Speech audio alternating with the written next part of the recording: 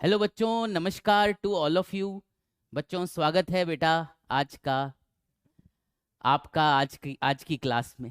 ठीक है, चलो तो हम लोग जो है, मैं चैटिंग पे लगा देता हूँ। हाँ, तो अब सही है। हेलो हेलो हेलो, नमस्कार बच्चों, बहुत बहुत स्वागत है बच्चों आपका आज की क्लास में।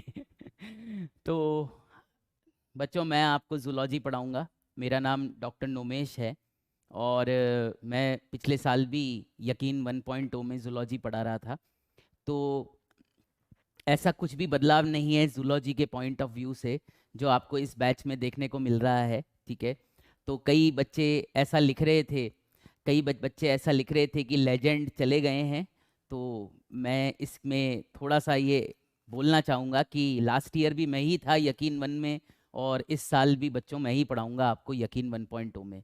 तो कोई भी जूलॉजी के पॉइंट ऑफ व्यू से कोई भी बदलाव नहीं आया है बच्चों। ठीक है, और मैं उतना एनर्जेटिक नहीं हूँ बेटा, मेरी उम्र हो चुकी है। ठीक है, तो मैं एक नॉर्मल पेस पर बात करता हूँ। ठीक है, तो बच्चों हम लोग जो है पहले प्लानर डिस्कस करेंगे। ठीक है, पहले प्लानर डिस्कस करेंगे और उसके बाद बच्चों जो है मैं आपको बताऊंगा कि इस बार जो यकीन 1.0 है वो पिछले बार वाला यकीन 1.0 से कैसे डिफरेंट रहेगा। ठीक है ना, दोनों में हमने मतलब मैंने अपने तरफ से क्या बदलाव किए हैं इसके बारे में मैं आपसे बताऊंगा। ठीक है ना, तो आइए पहले मैं आपको प्लानर के बारे में बताऊं। आपको प्लानर के बारे में तो सबसे पहले पता होना चाहिए। ठीक है, उसके बाद मैं आपको बताऊंगा कि लास्ट ईयर और इस ईयर में क्या फ़र्क है। ठीक है, हमने क्या क्या चेंजेस किए हैं, मतलब मैंने क्या क्या बदलाव किए हैं लास्ट ईयर और इस ईयर में, राइट। और चलिए स्टार्ट करें फिर। आपका बहुत बहुत स्वागत है और नए सेशन में आपको जो है आने की बहुत बहुत मुबारकबाद। ठीक है, चलिए तो बच्चों स्टार्ट करा जाए। देखो, मैं कोई लेजेंड वेजेंड नहीं हूँ, मैं बिल्कुल भी लेजेंड नहीं हूँ, मैं बिल्कुल भी ऐसा टीचर वीचर नहीं हूँ, कुछ खास नहीं हूँ मैं। मेरे से बहुत अच्छे लोग बैठे हुए हैं सब जगह पे। ठीक है, वो आपको इस बैच पे भी मिल जाएंगे। ठीक है, मैं एक ऑर्डिनरी टीचर हूँ, आपको समझाने की पूरी कोशिश करूँगा। ठीक है, हम लोग इस तरह से चलेंगे कि आपके सारे क्वेश्चंस भी होते रहें, आपके टेस्ट में भी नंबर अच्छे आते रहें। ठीक है ना, बहुत कूलली जो है हम अपने सिलेबस को आगे बढ़ाते हुए चलेंगे। और इस बार मैंने लास्ट ईयर के रेस्पेक्ट में कुछ चीज़ें अच्छी करने की कोशिश करी है। हर कोई आदमी अपनी गलतियों से सीखता है, गलतियां कह लीजिए या अपडेट होता रहता है। ठीक है, पहले ऑपरेटिंग सिस्टम कुछ और चलता था, अब ऑपरेटिंग सिस्टम कुछ और चलता है। चीज़ें डेवलप होती चली जाती हैं, चीज़ें बेहतर होती चली जाती हैं। हम ये नहीं कह रहे पिछला वाला वर्जन खराब था, पर इस वाला जो वर्जन है वो थोड़ा सा अच्छा ही होगा। ठीक है, चलिए तो चलो, है ना। चलो बच्चों, तो बहुत बहुत आपका स्वागत है। सबसे पहले बेटा जो हमारा डिस्कशन है वो प्लानर के ऊपर रहेगा कि यार प्लानर जो है ना बच्चों, ठीक है, वो एनसीईआरटी बुक चेंज हो चुकी है। ठीक है, जैसे मेरे पास देखो ये नई एनसीईआरटी है। नई एनसीईआरटी में लाया कि नहीं लाया?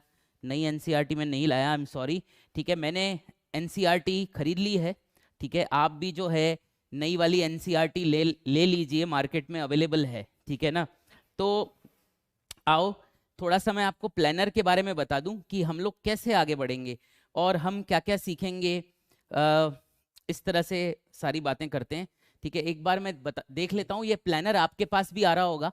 ठीक है, एक बार मैं देख लेता हूँ कि आपको दिख रहा है कि नहीं दिख रहा। दिख रहा तो होगा थोड़ा थोड़ा। ठीक है, चलो। नहीं नहीं, मैं कहीं नहीं जा रहा। मैं कहाँ जा रहा हूँ? मैं अगर जा रहा होता तो मैं आपको लेता। ठीक है, मैं कहीं नहीं जा रहा। ठीक है, हमारी दाल रोटी पीडब्ल्यू से ही चलती है बेटा। ठीक है, तो चलो, है ना, ये देखिए। ठीक है, चलो, तो मैं आपको बेटा प्लानर के बारे में कुछ बता देता हूँ। ये देखिए, ये प्लानर है। ठीक है, अ, मेरे ख्याल से थोड़ा सा बेहतर दिख रहा होगा, मैंने इसको जूम तो किया है आप लोगों के लिए। हाँ, थोड़ा सा बेहतर दिख रहा है। ठीक है, ठीक है, ये प्लानर है बेटा हमारा। देखो हम लोग क्या करने वाले हैं बेटा, जो आपका पहला चैप्टर है। ठीक है, आपका जो पहला चैप्टर है स्ट्रक्चरल ऑर्गेनाइजेशन इन एनिमल्स, ठीक है, ये कंप्लीटली एनसीईआरटी से हट चुका है। ठीक है ना, इसमें से रह रह सह कर एक फ्रॉग टॉपिक रह गया है बस। ठीक है, नई एनसीईआरटी में ये पूरा चैप्टर क्या है, हट चुका है। ठीक है, तो हमने इसके लिए कैसे प्लानिंग करी है? हमने इसके लिए प्लानिंग करी है, मतलब कि देखो, स्ट्रक्चरल ऑर्गेनाइजेशन इन एनिमल्स हम 2 पार्ट्स में करेंगे, पार्ट 1 और पार्ट 2 के अंदर, ठीक है। पार्ट 1 आपको ऊपर ऊपर दिख रहा है, पार्ट 2 आपको लास्ट में दिखेगा, ठीक है। जो पार्ट 1 है बेटा, जो पार्ट 1 है स्ट्रक्चरल ऑर्गेनाइजेशन का, इसमें बच्चों हम लोग आपको एनिमल टिश्यू पढ़ाएंगे। पर अब आपका सवाल ये होगा, सर एनिमल टिश्यू तो हट चुका है, ठीक है, तो फिर आप एनिमल टिश्यू आप क्यों पढ़ा रहे हो? ठीक है, तो बेटा हम लोग एनिमल टिश्यू आपको इसलिए पढ़ा रहे हैं, ठीक है, हम लोग आपको एनिमल हम आपको एनिमल टिश्यू इसलिए पढ़ाएंगे बेटा, epithelium, connective tissue, muscle tissue, neural tissue, क्योंकि ये आगे के चैप्टर से कनेक्टेड है। जैसे आगे का चैप्टर जब आप breathing and exchange of gases पढ़ोगे, तो उसमें आपको एल्वियोलाई में कौन सा एपिथेलियम होता है आपको ये पता होना चाहिए, ठीक है ना। आप जब बेटा आगे चलकर जो है दूसरे चैप्टर्स करोगे, जैसे अगर आप बॉडी फ्लूइड एंड सर्कुलेशन करोगे, तो उसमें आपको कैपिलरीज में कैसा एपिथेलियम होता है पता होना चाहिए, ठीक है ना। आपको बेटा ब्लड वेसल्स में कौन सा कनेक्टिव टिश्यू होता है ये पता होना चाहिए। तो बेसिकली बेटा ये चैप्टर जो है इसको अपन हटा नहीं सकते, ठीक है ना। ये तो अपन को इसकी बेसिक अंडरस्टैंडिंग रखनी पड़ेगी, क्योंकि जब तक टिश्यू नहीं आप समझोगे तब तक ऑर्गन एंड ऑर्गन सिस्टम कैसे समझ में आएगा, आप बताइए, ठीक है ना। जब तक अपन बॉडी के टिश्यूज के बारे में नहीं जानेंगे तो आगे अपन ऑर्गन सिस्टम्स कैसे समझ पाएंगे, ठीक है। अब जैसे अपन मूवमेंट एंड लोकोमोशन पर आएंगे तो अपन स्केलेटल सिस्टम यानी कि बोन्स के बारे में पढ़ेंगे। तो बोन्स क्या होती हैं उसकी जानकारी तो आपको होनी चाहिए ना, बेसिक जानकारी कि भाई बोन क्या होता है, ठीक है ना। तो इस चैप्टर में आने वाली सभी चीजें ये आगे जो है बेटा अलग अलग चैप्टर्स में इसके एडवांटेज आपको दिखने लगेंगे, इसके एप्लीकेशंस आपको मिलेंगे। जैसे फेलोपियन ट्यूब होती है, फीमेल रिप्रोडक्टिव सिस्टम का पार्ट है, तो फेलोपियन ट्यूब में कौन सा एपिथेलियम होता है, ठीक है, सिंपल कॉलमनार सीलिएटेड एपिथेलियम होता है, ठीक है। तो ये बेसिकली आपको इसी चैप्टर से पता चलेगा, ठीक है। तो मेरे कहने का मतलब बेटा ये है कि फंडामेंटली कितने प्रकार की मसल्स होती हैं, skeletal muscle, smooth muscle, cardiac muscle, वो आपको इस चैप्टर से पता चलेगा। और कार्डियक मसल बेटा body fluid and circulation chapter में हार्ट में अपन पढ़ेंगे, ठीक है ना। तो इस चैप्टर की जो एप्लीकेशंस हैं बेटा ये आगे आएगी, ठीक है, ये आगे कवर होगी, ठीक है। तो मेरा कहने का मतलब बच्चों ये है कि ये चैप्टर जो है इसका फर्स्ट पार्ट अपन ने यहां लगा रखा है, ठीक है ना। इसका जो सेकंड पार्ट है जिसमें कॉकरोच एंड फ्रॉग आएगा वो लास्ट में लगा दिया है अपन ने, ठीक है। अब आप बोलोगे कॉकरोच लास्ट में क्यों लगाया, तो कॉकरोच लास्ट में इसलिए लगाया बेटा कि अगर उस समय तक मार्च तक अपन को एनटीए के द्वारा पता चल जाएगा, ठीक है ना, कि अगर एनटीए के सिलेबस में कॉकरोच ऐड हो चुका होगा तो अपन पढ़ाएंगे आपको, बिल्कुल सिलेबस में ही लगा रखा है पर लास्ट में लगा दिया है अपन ने, ठीक है। और अगर उस समय ये क्लैरिटी आ गई कि भाई साहब ये जो है टॉपिक हट चुका है तो वो अपन कवर नहीं करेंगे, ठीक है। इसके बाद अगर आप देखें तो अगला चैप्टर है breathing and exchange of gases, ठीक है। Breathing and exchange of gases जो है बेटा, ठीक है, इससे पहले डाइजेशन आ रहा था, ठीक है, डाइजेशन हट चुका है बेटा नई एनसीईआरटी में से। तो हमने क्या किया, डाइजेशन को सबसे आखिरी में कर दिया है, ठीक है ना। डाइजेस्टिव सिस्टम जो है वो प्लानर के लास्ट में चला गया है। अगर आप देखें तो डाइजेस्टिव सिस्टम जो है वो आपके प्लानर के लास्ट में चला गया है। ये देखिए ये सारे येलो वाले वो चैप्टर्स हैं बेटा जो चैप्टर्स जो हैं आपके कट हो चुके हैं, ठीक है। तो डाइजेशन आप देख सकते हो लास्ट में अपन पढ़ेंगे, ठीक है। अगर एनटीए ने ये कह दिया कि ये आएगा पुरानी एनसीईआरटी में से ही आएगा तो अपन करेंगे ही, और अगर एनटीए ने ये कहा कि नई एनसीईआरटी में से पेपर बनेगा तो अपन ये चैप्टर्स येलो वाले फिर नहीं करेंगे, इसलिए अपन ने इनको क्या कर दिया, लास्ट में कर दिया है, ठीक है ना। तो अगर ये आएंगे अपन करेंगे ही, और अगर ये नहीं आएंगे तो यहां तक आते आते अपन को पता चली जाएगा, ठीक है ना, और अपन इनको छोड़ भी सकते हैं, ठीक है। तो इस तरह से बच्चों मैंने ये प्लानर आप लोगों के लिए डिजाइन किया है, ठीक है ना।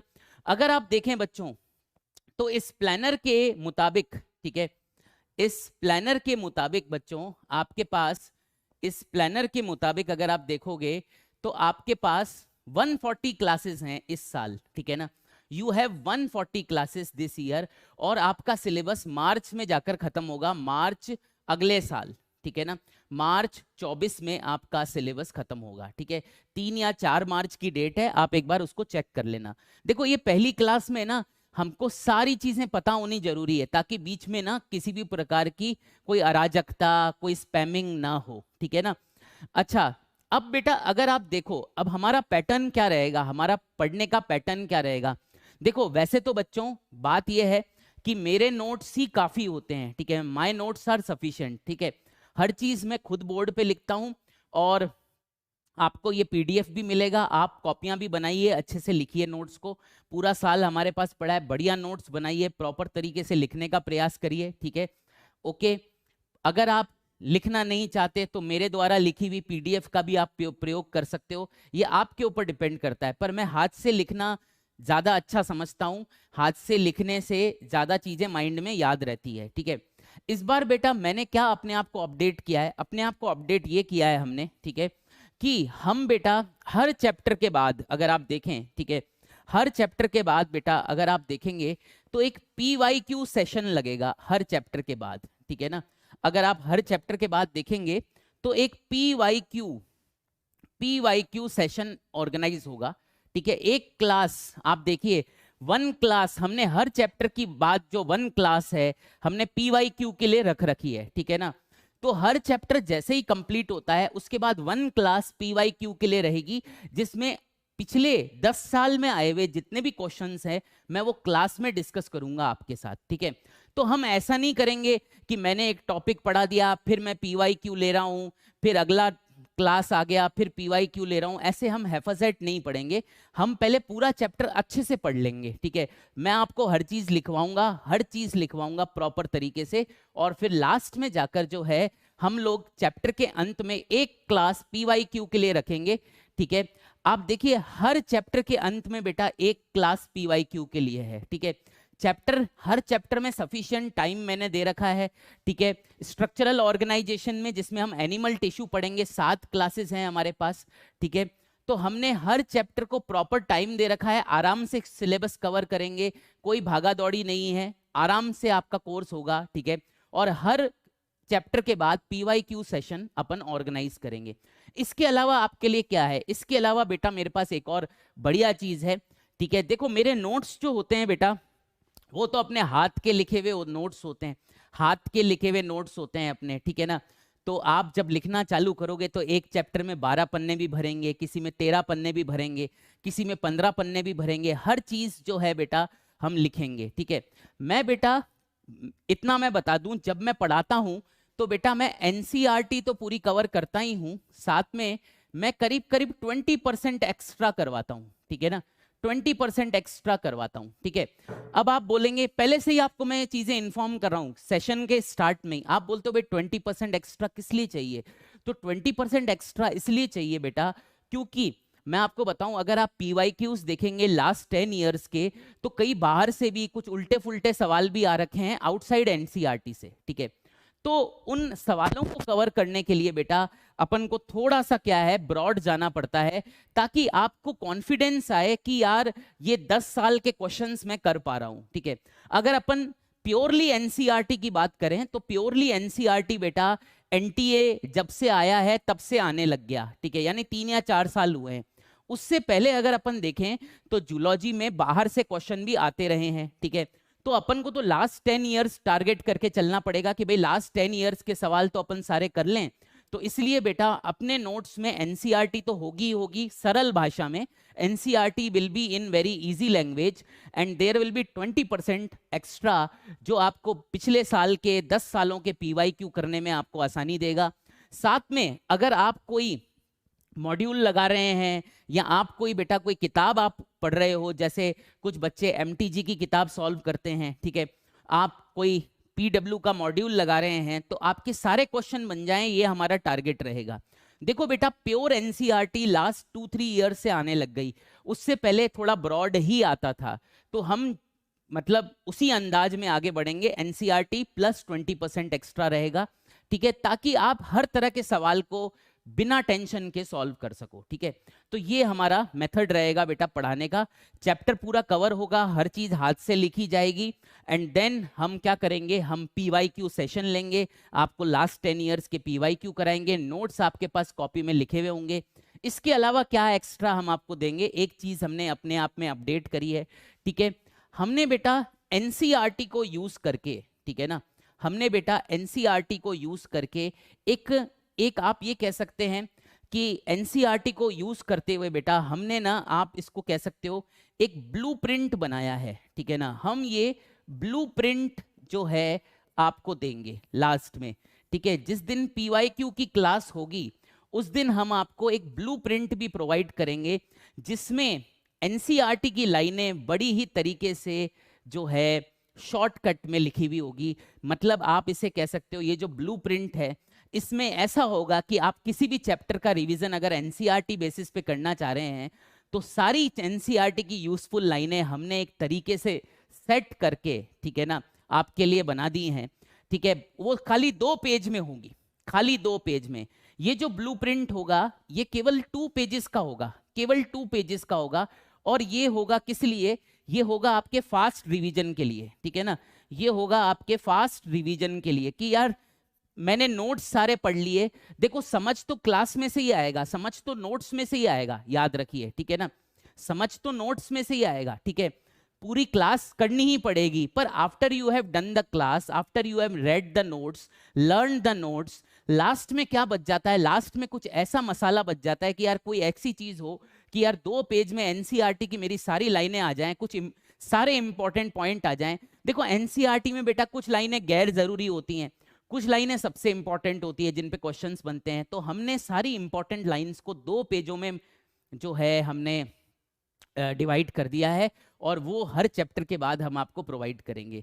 तो उससे आपका एनसीईआरटी का क्विक रिवीजन हो जाएगा, जिसको बेटा हम लोग ब्लूप्रिंट का नाम देंगे, ब्लूप्रिंट ऑफ एनसीईआरटी, ठीक है ना। तो ये हम आपको प्रोवाइड करेंगे, ठीक है। तो इस तरह से बेटा हमारी क्लास चलेगी। पहले हम लोग क्या करेंगे? पहले हम लोग एक चैप्टर को अच्छे से पढ़ेंगे, ठीक है। साथ साथ में मैं लिखूंगा, आप भी लिखिएगा, ठीक है। उसके बाद एक क्लास पीवाईक्यू की होगी जिसमें पिछले 10 साल के सवाल मैं आपको सॉल्व करवाऊंगा और उसके बाद मैं आपको एनसीईआरटी का ब्लूप्रिंट प्रोवाइड करूंगा, ठीक है।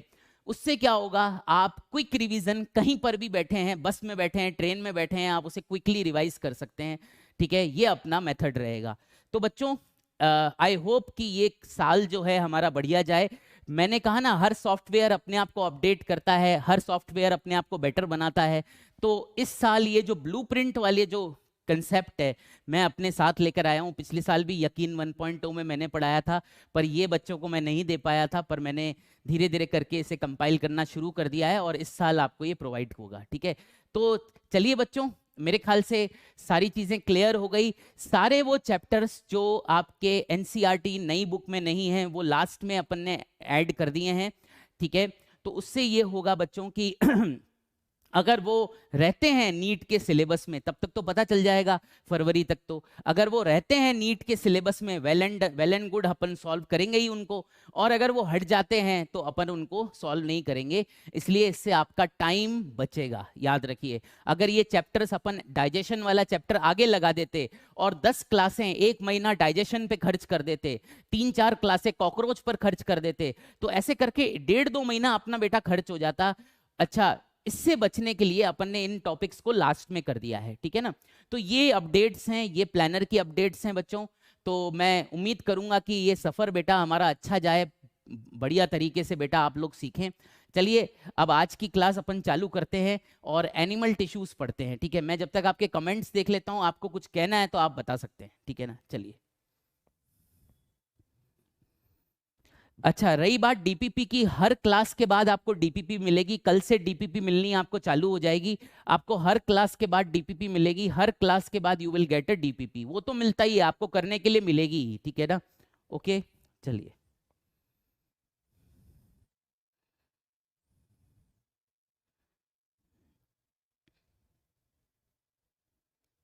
ठीक है। अच्छा, पोल की अगर बात करें बेटा, तो पोल ऑप्शन जो है बेटा एक नया ऑप्शन है जो हमारे बोर्ड में कल ऐड हो जाएगा। आज हमारे डिजिटल बोर्ड में पोल ऑप्शन नहीं है, तो आज अपन वैसा कोई पोल वाला काम करेंगे भी नहीं। कल से अपन पोल भी करेंगे, कोई टेंशन वाली बात नहीं है। वो डिजिटल बोर्ड में कल जो है इंजीनियर आएंगे और वो मेरे डिजिटल बोर्ड में डाल देंगे। क्योंकि बेटा मैं घर से स्टूडियो से क्लास लेता हूँ, मैं ऑफिस में से क्लास नहीं लेता, तो वो इंजीनियर आकर इसमें कर देंगे। वो कल से चलने लग जाएगा। पोल वाला ऑप्शन भी अपने पास रहेगा, बिल्कुल रहेगा, ठीक है ना। ओके।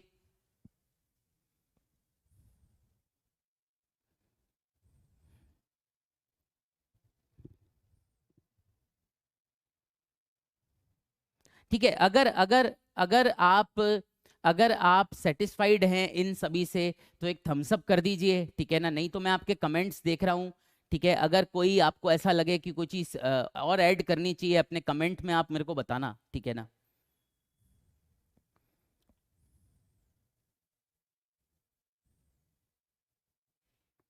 ठीक है, लाइट प्रॉब्लम नहीं आएगी, लाइट प्रॉब्लम नहीं आएगी, ये तो पीछे वाइट बैकग्राउंड है ना, इसलिए आपको लाइट की प्रॉब्लम नजर आ रही है।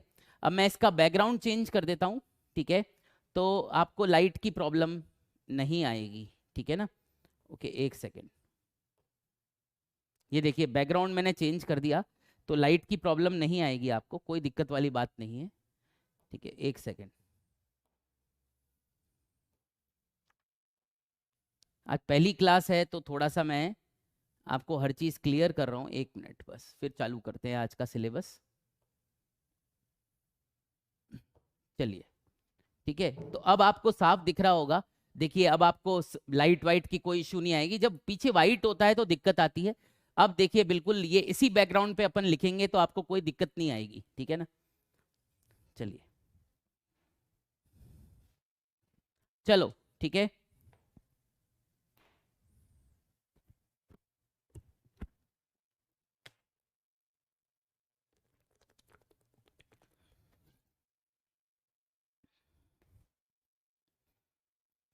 तो आपको क्या क्या मिलेगा, मैं फिर से आपको बता देता हूँ कि समरी क्या क्या है। हर चीज आपको हैंड रिटन मिलेगी, मेरे नोट्स में आपको एनसीईआरटी प्लस 20% थोड़ा बहुत ज्यादा मिलेगा, ठीक है। उसके बाद जब चैप्टर खत्म होगा तो आपको एक पीवाईक्यू सेशन मिलेगा, लास्ट 10 ईयर्स के पीवाईक्यू डिस्कस होंगे विथ एक्सप्लेनेशन, ठीक है। बच्चों क्या है कि थोड़ा सा 20% ज्यादा पढ़ाने का गोल ये भी है मेरा कि जो भयंकर भयंकर एसर्शन रीजन आजकल दे देता है एनटीए, उनको आप सॉल्व कर पाओ, ठीक है। डिफिकल्ट डिफिकल्ट एसर्शन रीजनिंग जो होते हैं बेटा, ठीक है, कभी कभी उनको सॉल्व करने में दिक्कत आती है, ठीक है। क्योंकि अगर अपन उसको डेप्थ में नहीं समझेंगे, किसी टॉपिक को प्रॉपरली नहीं समझेंगे, ठीक है, थोड़ा सा बियॉन्ड जाकर नहीं समझेंगे, तो एसर्शन एंड रीजन करना मुश्किल हो जाता है, ठीक है। तो इसलिए हम लोग एनसीईआरटी प्लस 20% एक्स्ट्रा लेकर चलेंगे, ठीक है। एनसीईआरटी और 20% एक्स्ट्रा मेरे नोट्स में आपको मिलेगा, ठीक है। पीवाईक्यू आपको एक एक सॉल्व करवाएंगे क्लास में, और पीवाईक्यू के दिन ही आपको एनसीईआरटी ब्लूप्रिंट नामक 2 पेज मिलेंगे, जिसमें एनसीईआरटी का सारा जेस्ट होगा, ठीक है ना। सारा इंपॉर्टेंट एनसीईआरटी कंटेंट उस 2 पेजेस के अंदर होगा, ताकि आप एग्जाम से पहले फटाफट फटाफट उनको रिवाइज कर लें। ये रिवीजन के लिए बेस्ट स्ट्रेटेजी रहेगी, ठीक है। डीपीपी आपको रोज बेस मिलेगी, रोज एवरीडे डीपीपी मिलेगी, और पोल वाली चीज भी आपको मिलेगी कल से, ठीक है ना। तो कल से अपन क्लास में पोल वगैरह भी करेंगे, ठीक है। चलिए, तो अपन स्टार्ट करें क्लास, ठीक है, ठीक है। अच्छा, अब कोई मुझे बोल रहा है सर वन शॉट करवाते हो क्या? वन शॉट रिवीजन में करेंगे, रिवीजन में, ठीक है ना। जब अपन कोर्स खत्म कर लेंगे बेटा, तो कुछ चैप्टर्स के मैं आपको वन शॉट भी दूंगा, पर रिवीजन में जब अपन कोर्स खत्म कर लेंगे, जैसे मैंने पुराने यकीन वाले बच्चों को भी रिवीजन करवाना चालू किया है, तो कुछ चैप्टर्स के मैंने उनको वन शॉट दिए हैं, ठीक है, 2 शॉट भी दिए हैं। तो इस तरह से बेटा डिपेंड करता है किस चैप्टर में क्या करने की जरूरत है, वो अपन लास्ट में करेंगे। वन शॉट वगैरह जो है लास्ट में करवाया जाता है, ठीक है ना। तो इस तरह से अपनी तैयारी रहेगी, ठीक है। चलिए, तो मैं बोर्ड साफ कर लेता हूं और क्लास अपन बिगिन करते हैं, ठीक है, चलिए। उफ, चलो, आई होप आपको ठीक लगेगा।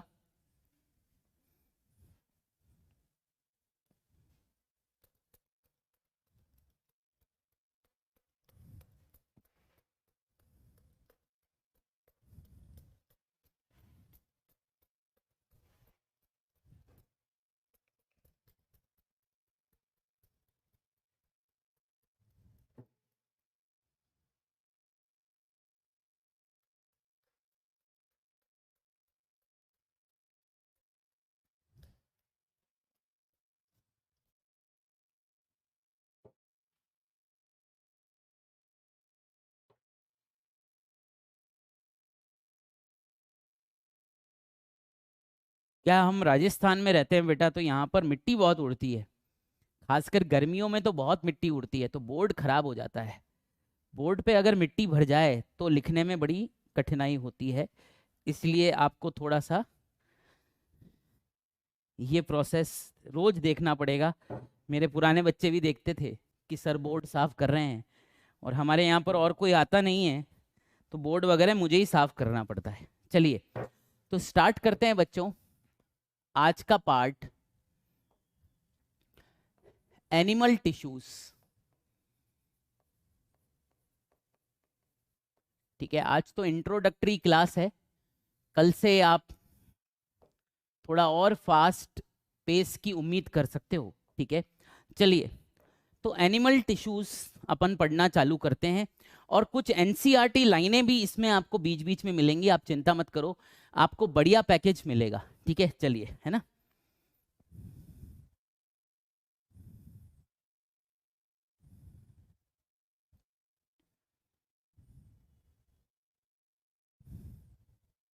चलो स्टार्ट करें।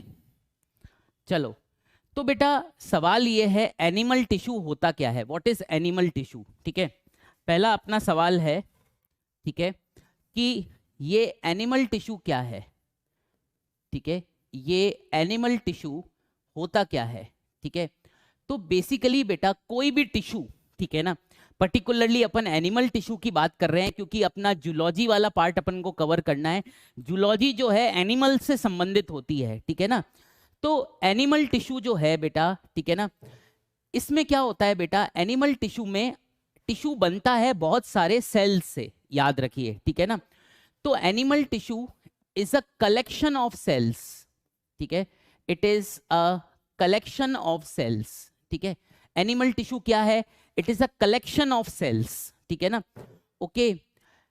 दीज सेल्स आर, ठीक है, दीज सेल्स आर, ठीक है, दीज सेल्स आर सिमिलर। ठीक है, these cells are similar in, these cells are similar in their structure. These cells are similar in their structure. ठीक है, function, structure, function. ठीक है, these cells are similar in their structure, function and origin. ठीक है, and origin, ये परिभाषा मैं सिखाऊंगा आपको। ठीक है ना, इसके बाद अगली लाइन ये है, ठीक है, कि tissue also consist of, tissue also consist of, ठीक है, also consist of intercellular substance। ठीक है, intercellular substance। ठीक है, intercellular substance जिसको अपन सिंपल भाषा में मैट्रिक्स भी बुलाते हैं। ठीक है, जिसको अपन सिंपल भाषा में मैट्रिक्स भी बुलाते हैं, या आप इसे एक्स्ट्रा सेलुलर मैट्रिक्स भी कह सकते हो। ठीक है, आप इसे एक्स्ट्रा सेलुलर मैट्रिक्स भी कह सकते हो। ठीक है, आप इसे एक्स्ट्रा सेलुलर मैट्रिक्स भी कह सकते हो। ठीक है, आइए इसको अपन समझते हैं। ये सब जो चीजें मैंने लिख रखी है, ये क्या लिख रखा है, ये मैं आपको बताता हूँ। ठीक है, दूसरी बात, एक बच्चा सवाल पूछ रहा था बार बार, सर पुरानी एनसीईआरटी से पढ़ें या नई एनसीईआरटी ले लें। आप अगर नहीं ले सकते हो, इससे अच्छा कुछ भी नहीं है, पर ये जो एनिमल टिश्यू वाला चैप्टर है, ये पुरानी एनसीईआरटी में दे रखा है। ठीक है, नई एनसीईआरटी से ये हट चुका है। ठीक है, तो अगर आप पुरानी एनसीईआरटी आपके पास है तो that is also well and good. ठीक है, जो भी अपडेट हुआ है वो मैं आपको बताऊंगा। ठीक है, आपको कोई टेंशन लेने की जरूरत नहीं है। ठीक है, हमने सिलेबस को इस तरह प्लान किया है कि टाइम भी बचेगा, और अगर एनटीए उन चैप्टर्स को हटा देता है तो वो अपन हटा देंगे, अगर एनटीए उन चैप्टर्स को इंक्लूड रखता है तो लास्ट में उनको रख दिया गया है, उनको अपन पढ़ लेंगे। तो कोई भी किसी भी प्रकार का कंफ्यूजन अपन को होगा ही नहीं। ठीक है ना, आपको जैसे मैं बता रहा हूं वैसे आप चलते रहिए, कोई टेंशन वाली बात नहीं है, क्योंकि एनिमल टिश्यू वाला चैप्टर, टिश्यू जो है बेटा याद रखिए, टिश्यू नहीं पढ़ोगे तो आगे ऑर्गन सिस्टम्स समझ में नहीं आएंगे आपको, सर्कुलेटरी सिस्टम, एक्सक्रीटरी सिस्टम, ये चैप्टर्स, रिप्रोडक्टिव सिस्टम समझ में नहीं आएंगे। तो ये बेसिक चैप्टर कराना बहुत जरूरी है। ठीक है ना, इसका एप्लीकेशन आपको कई जगह देखने पे मिलेगा। ठीक है, चलिए तो एनिमल टिश्यू क्या है बेटा? Animal tissue consist of collection of cells, ठीक है। कोई भी टिश्यू जो है बेटा सेल्स का बना होता है, याद रखिए। कोई भी टिश्यू बेटा सेल्स का बना होता है, ये देखिए, कोई भी टिश्यू जो है बेटा सेल्स का बना होता है। तो एनिमल टिश्यू क्या है? एनिमल टिश्यू जो है it is made up of many cells, ठीक है। Tissue is a collection of cells, याद रखिए, ठीक है ना। अच्छा, क्या केवल सेल्स ही टिश्यू में गिने जाते हैं? नहीं, ठीक है ना। आप ये देखिएगा कि दो सेल्स के बीच में जो स्पेस है, जैसे ये एक सेल है, ये दूसरा सेल है, ये तीसरा सेल है, ठीक है ना। तो दो सेल्स के बीच में जो स्पेस है इसको अपन क्या कहते हैं? दो सेल्स के बीच में जो स्पेस होती है बेटा इसको अपन कहते हैं इंटरसेलुलर स्पेस, ठीक है ना। इंटरसेलुलर स्पेस, ठीक है। इंटरसेलुलर स्पेस क्या होती है? इट इज द स्पेस, ठीक है, it is the space present, it is the space present between the cells, ठीक है, between the cells of tissue, between the cells of tissue, ठीक है। जो टिश्यू के सेल्स हैं बेटा, ठीक है, उनके बीच में खाली जगह आपको दिख रही है, तो इस खाली जगह को अपन इंटरसेलुलर स्पेस कहते हैं, याद रखिए, ठीक है। इस खाली जगह को अपन क्या कहते हैं? इस खाली जगह को अपन इंटरसेलुलर स्पेस बोलते हैं, ठीक है ना। अच्छा, अब ये जो इंटरसेलुलर स्पेस है क्या ये खाली रहेगी? क्या ये इंटरसेलुलर स्पेस एम्प्टी रहेगी? नहीं, ऐसा नहीं है। इंटरसेलुलर स्पेस में भी मटेरियल भरा होता है, ठीक है ना। इंटरसेलुलर स्पेस में मटेरियल भरा हुआ होता है, ये स्पेस खाली नहीं होती है, ठीक है। तो इंटरसेलुलर स्पेस में बेटा जो मटेरियल भरा हुआ होता है उसे अपन एक्स्ट्रा सेलुलर मैट्रिक्स कहते हैं, याद रखिए। इंटरसेलुलर स्पेस में बेटा जो मटेरियल भरा हुआ होता है उसको अपन क्या कहते हैं? उसको बेटा अपन इंटरसेलुलर सब्सटेंस या एक्स्ट्रा सेलुलर मैट्रिक्स कहते हैं। तो इसको बेटा मैं शॉर्ट में लिख देता हूं, इसको अपन एक्स्ट्रा सेलुलर मैट्रिक्स कहते हैं बेटा, एक्स्ट्रा सेलुलर मैट्रिक्स कहते हैं इसको अपन, ठीक है ना। बात समझ में आई? तो अगर बोला जाए टिश्यू क्या है, टिश्यू क्या है, व्हाट इज अ टिश्यू, अगर बोला जाए कि भाई टिश्यू क्या होता है, ठीक है। जो टिश्यू है बेटा, tissue it is made up of cells, ठीक है। टिश्यू जो है बहुत सारे सेल्स जब साथ में आते हैं तो बेटा टिश्यू बनता है, पर टिश्यू में केवल सेल्स ही शामिल नहीं है। Tissue also consist of intercellular substance. दो सेल्स के बीच में बेटा, ठीक है ना, दो सेल्स के बीच में जो सब्सटेंस भरा हुआ है इंटरसेलुलर सब्सटेंस इसको बोलते हैं, या इसे एक्स्ट्रा सेलुलर मैट्रिक्स भी बोल सकते हैं, याद रखिए। ये भी टिश्यू में ही काउंट होता है।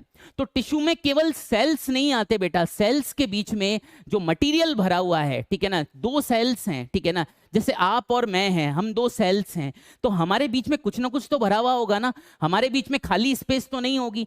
तो वो जो मटेरियल भरा हुआ है दो सेल्स के बीच में उसको अपन क्या बोलते हैं? उसको अपन एक्स्ट्रा सेलुलर मैट्रिक्स, अपन इसको एक्स्ट्रा सेलुलर मैट्रिक्स, ठीक है, अपन इसको एक्स्ट्रा सेलुलर मैट्रिक्स, ठीक है, या अपन इसे इंटरसेलुलर सब्सटेंस बोलते हैं। आप कोई भी एक वर्ड का प्रयोग कर सकते हो, ठीक है।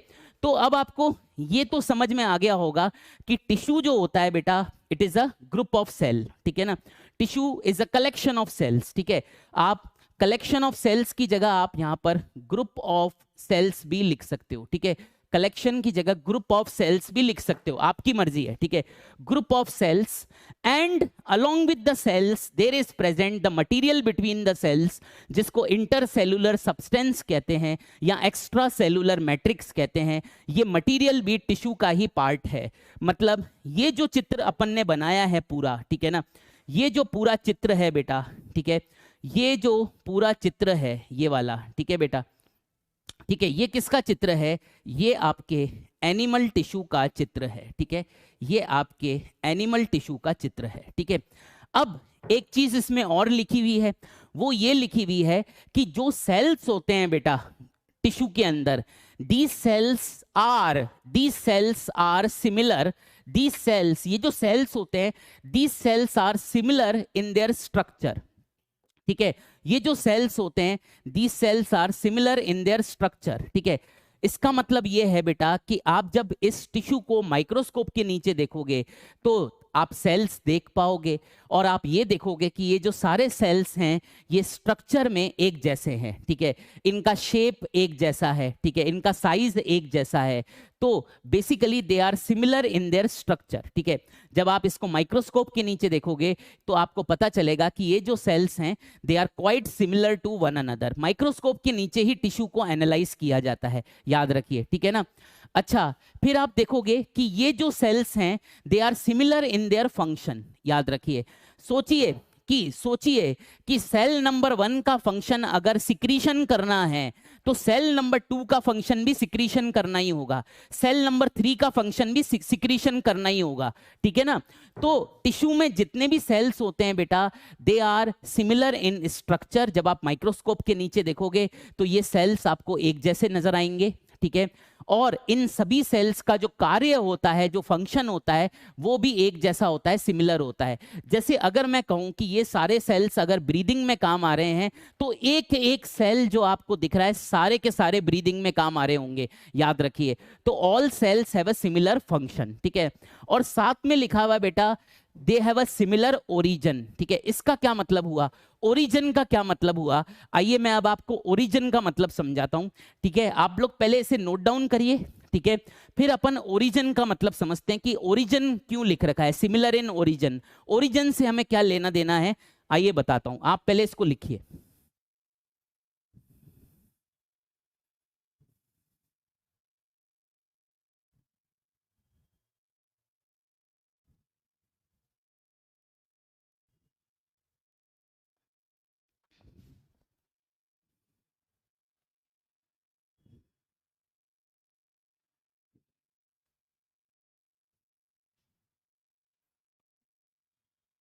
नोटेड बेटा, ठीक है। चलिए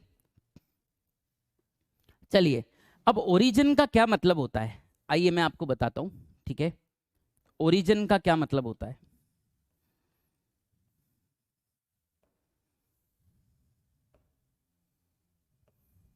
खाली स्लाइड ले लेते हैं।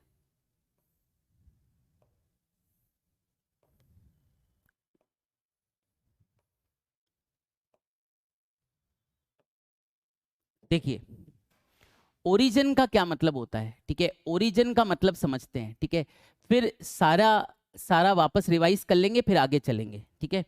देखिए बेसिकली बेटा क्या होता है, देखो हमें ना इसके लिए एक प्रोसेस समझना पड़ेगा, ठीक है, हमें इसके लिए एक प्रोसेस समझना पड़ेगा, ठीक है। वो प्रोसेस क्या है, ठीक है, वो प्रोसेस ये है, ठीक है, वो प्रोसेस हमें समझना पड़ेगा। आइए देखते हैं, ठीक है। देखिएगा देखिएगा बेटा, होता यह है कि एक स्पर्म जो होता है, ठीक है ना, स्पर्म जो है बेटा मेल गेमीट है, ठीक है ना, स्पर्म जो है बेटा मेल गेमीट है, ठीक है ना, मेल गेमीट है, ठीक है। ये बेटा फ्यूज होता है किसके साथ, स्पर्म जो होता है फ्यूज होता है बेटा फीमेल गेमीट के साथ, जिसको अपन ओवम कहते हैं, ठीक है ना, जिसको अपन ओवम कहते हैं। और इस प्रोसेस को फर्टिलाइजेशन कहा जाता है, ठीक है ना, इस प्रोसेस को अपन फर्टिलाइजेशन कहते हैं, ठीक है ना, इस प्रोसेस को अपन फर्टिलाइजेशन कहते हैं, ठीक है, फर्टिलाइजेशन कहते हैं। जहां पर एक स्पर्म जो कि मेल गैमीट है ओवम के साथ फ्यूज होता है, इस प्रोसेस को अपन फर्टिलाइजेशन कहते हैं, ठीक है ना। ओके, फर्टिलाइजेशन जब होता है बेटा तो ऑब्वियसली क्या बनता है, फर्टिलाइजेशन जब होता है तो अपना जाइगोट बनता है, याद रखिए, ठीक है ना, अपना जाइगोट बनता है, ठीक है ना, याद रखिए, जाइगोट बन जाता है, ठीक है।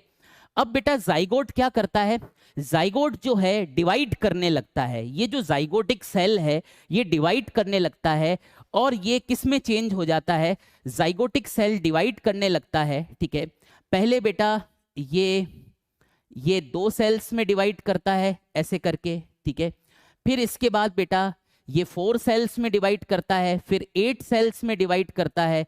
इस तरह बेटा अपना एक एम्ब्रियो तैयार हो जाता है, ये देखिए, इस तरह अपना एक एम्ब्रियो तैयार हो जाता है, ठीक है, इस तरह अपना एक एम्ब्रियो तैयार हो जाता है। इसकी डिटेल तो अपन ह्यूमन रिप्रोडक्शन में पढ़ेंगे।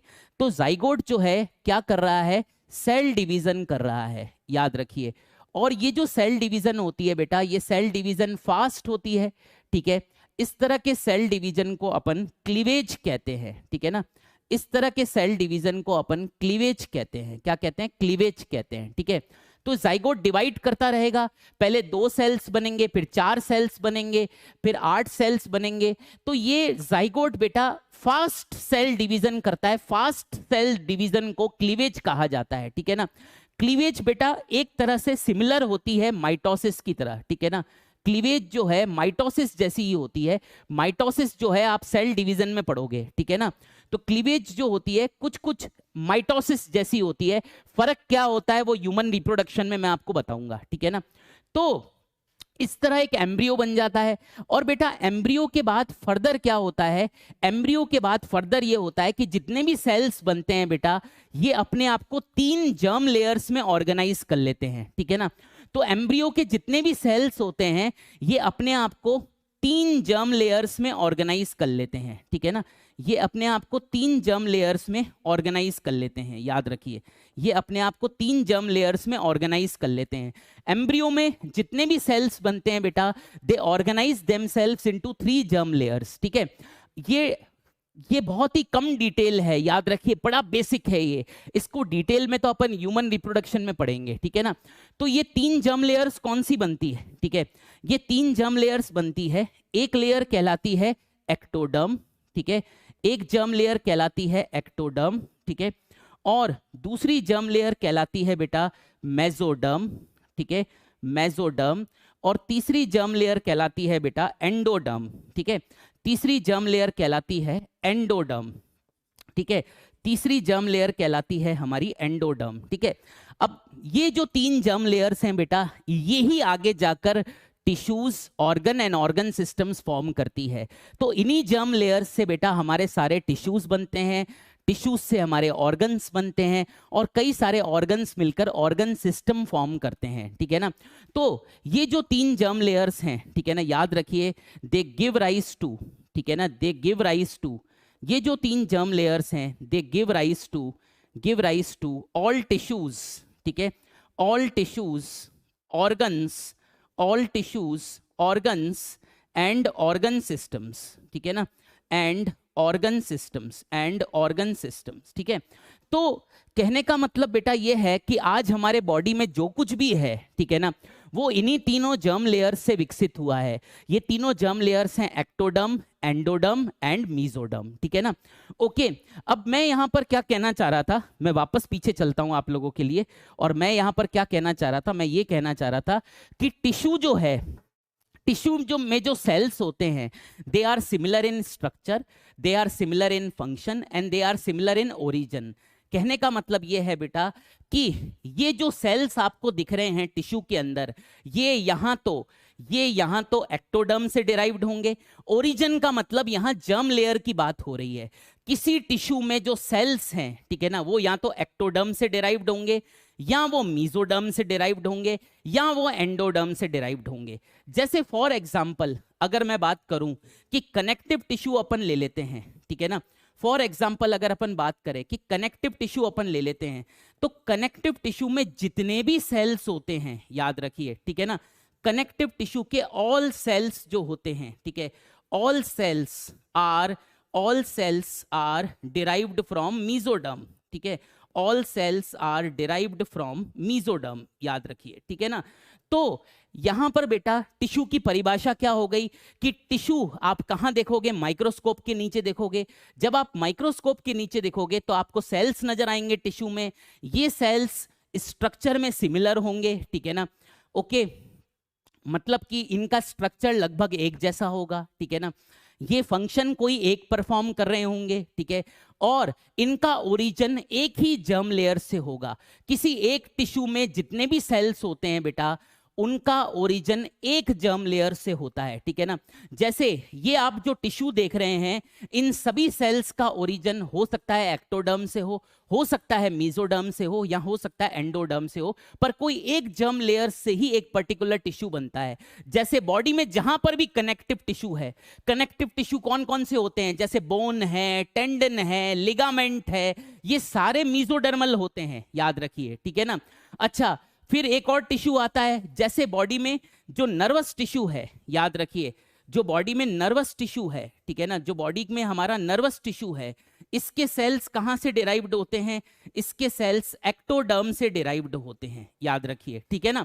तो कहने का मतलब बेटा यहां पर यह है कि बेसिकली टिश्यू जो होता है, कोई भी एक टिश्यू आप कंसिडर कर रहे हो, उसके सेल्स, ठीक है, किसी एक जर्म लेयर से डिराइव होते हैं, याद रखिए। जैसे एक टिश्यू का सेक्शन में देख रहा हूं, तो सेक्शन में आने वाले सारे सेल्स किसी जर्म लेयर से बने हैं, या तो वो एक्टोडर्म से बने हैं। हमारी पूरी बॉडी ही जर्म लेयर से विकसित होती है। पहले ये 3 जर्म लेयर्स बनती हैं, उसी से फिर हमारी बॉडी पूरी विकसित होती है, हमारी आंख, हमारे कान, हमारे नाक वगैरह एटसेट्रा एटसेट्रा, ब्रेन, ठीक है। तो ये टिश्यू भी बेटा उसी जर्म लेयर से विकसित होते हैं। तो अगर अपन एक टिश्यू की बात करेंगे तो इसके सारे सेल्स जो होंगे they are similar in structure. सभी सेल्स स्ट्रक्चर में एक जैसे होंगे, लगभग लगभग सभी सेल्स बेटा फंक्शन में एक जैसे होंगे, और सभी सेल्स जो होंगे बेटा ये ओरिजिन में एक जैसे होंगे। मतलब टिश्यू के सेल्स जो हैं, जैसे मेरी स्किन की एपिडर्मिस है, ठीक है ना, ये मेरी स्किन में जो एपिथीलियम है, ये सारे सेल्स बेटा एक्टोडर्म से डिराइव्ड हैं, याद रखिए। तो ये सारे सेल्स जो टिश्यू बनाते हैं they are derived from a single germ layer, ठीक है ना। मेरे ख्याल से आपको ये बेसिक प्लान आपको समझ में आ गया होगा। ये देखिएगा कि हमने क्या बात करी थी कि स्पर्म पहले फ्यूज होता है ओवम से, इसको फर्टिलाइजेशन कहते हैं। एज अ रिजल्ट जाइगोट बनता है। जाइगोट फास्ट सेल डिवीजन करता है, पहले 2 सेल्स बनते हैं, फिर 4 बनते हैं, फिर 8 बनते हैं, 16 बनते हैं, एक तरह से एम्ब्रियो तैयार हो जाता है। और फिर ये जो एम्ब्रियो के सेल्स हैं ये अपने आप को 3 जर्म लेयर्स के अंदर ऑर्गेनाइज कर लेते हैं। ये 3 जर्म लेयर्स जो हैं बेटा ये ही मेन चीज होती है। हमारी पूरी बॉडी बेटा इन्हीं 3 जर्म लेयर्स से डिराइव्ड होती है, ठीक है ना। और इन जर्म लेयर्स को आप स्टेम सेल्स से बना हुआ भी कह सकते हो, ठीक है ना। ये जर्म लेयर्स भी सेल्स की ही बनी है, याद रखिए। और इन तीनों जर्म लेयर्स से ही हमारी बॉडी सारी क्रिएट होती है, ठीक है ना। तो हमारे टिश्यूज भी इन्हीं तीनों जर्म लेयर्स से बनते हैं, ठीक है। तो इसलिए बेटा कोई भी अगर आप एक टिश्यू की बात कर रहे हो, कोई टिश्यू कहीं पर है, ठीक है ना। फॉर एग्जाम्पल मेरे गले में कनेक्टिव टिश्यू है, तो कनेक्टिव टिश्यू के सारे सेल्स जो हैं मीजोडर्म से डिराइव्ड होंगे, याद रखिए, ठीक है ना। अगर मेरे ब्लड वेसल्स में एपिथीलियम है, तो ब्लड वेसल की एपिथीलियम एक पर्टिकुलर जर्म लेयर यानी मीजोडर्म से डिराइव्ड होगी, ठीक है ना। तो ब्लड वेसल्स में पाए जाने वाले सारे एपिथेलियल सेल्स मीजोडर्म से बनेंगे, ठीक है ना। तो ये टिश्यू की डेफिनेशन हो गई। मेरे ख्याल से आपको टिश्यू की डेफिनेशन क्लियर हो गई होगी। ओरिजिन से क्या मतलब है, ओरिजिन से यहां पर अपन को क्या मतलब है, मैं यहां लिख देता हूं स्टार लगाकर, ठीक है। ओरिजिन का मतलब होता है, ठीक है ना, derived from a single germ layer, single germ layer, ठीक है। मतलब अगर ये टिश्यू है तो इसके सारे सेल्स एक ही जर्म लेयर से बने हैं। They are all similar in origin, ठीक है ना। They are all derived from single germ layer, that is mesoderm भी हो सकती है या वो एक्टोडर्म भी हो सकती है। जैसे कनेक्टिव टिश्यू के सारे सेल्स मीजोडर्मल होते हैं, नर्वस टिश्यू के सारे सेल्स एक्टोडर्मल होते हैं, ठीक है, एंड सो ऑन। पर बेटा ये जो डेफिनेशन है ये एक जनरल डेफिनेशन है, याद रखिए। सारे टिश्यू इसको 100% फॉलो करे ये संभव नहीं है, याद रखिए। This is a general definition, ठीक है। एक होता है ना कि किसी पॉइंट पर अपन पहुंचते हैं, ठीक है, अपन जनरल डेफिनेशन देते हैं, फिर उसके बाद कई एक्सेप्शंस भी होते हैं, अपवाद भी होते हैं, तो एक जनरल डेफिनेशन है, याद रखिए, ठीक है ना। ये सभी टिश्यू पे लागू हो ये कोई एसेंशियल नहीं है, ठीक है ना। हो सकता है कोई पॉइंट किसी में लागू ना हो, कोई पॉइंट किसी में लागू ना हो, तो ये एक जनरल डेफिनेशन है, ठीक है। हो सकता है कि इसमें लिखा हुआ कोई पॉइंट किसी टिश्यू में लागू ना भी हो, ठीक है। This is a generalized definition, ठीक है ना। ओके, बात समझ में आया, ठीक है ना। तो मैं यहां लिख देता हूं, यहां पर लिख देता हूं कि अबव डेफिनेशन, ठीक है, अबव डेफिनेशन, ठीक है, above definition is a very general definition, ठीक है, is a very general definition, ठीक है, is a very general definition, ठीक है, and may not be and may not be and some points ऐसे लिख देते हैं, and some points, ठीक है, some points may not be applicable, ठीक है, may not be applicable, may not be applicable, applicable for all tissues, ठीक है, फॉर ऑल टिश्यूज, ठीक है, फॉर ऑल टिश्यूज, ठीक है। तो ये मैंने एक पॉइंट लगा दिया है ताकि आपको कंफ्यूजन ना हो, ठीक है। तो टिश्यू क्या है? टिश्यू इज अ कलेक्शन और group of cells plus the intercellular substance जो सेल्स के बीच में मौजूद होता है, ठीक है ना। आइए आप लोग ये सारे पॉइंट्स लिख लीजिए, बैक स्लाइड भी ड्रॉ कर लीजिए, ठीक है, और अगर कुछ डाउट हो तो आप मेरे से पूछिए, फिर अपन आगे बढ़ते हैं, ठीक है। चलिए,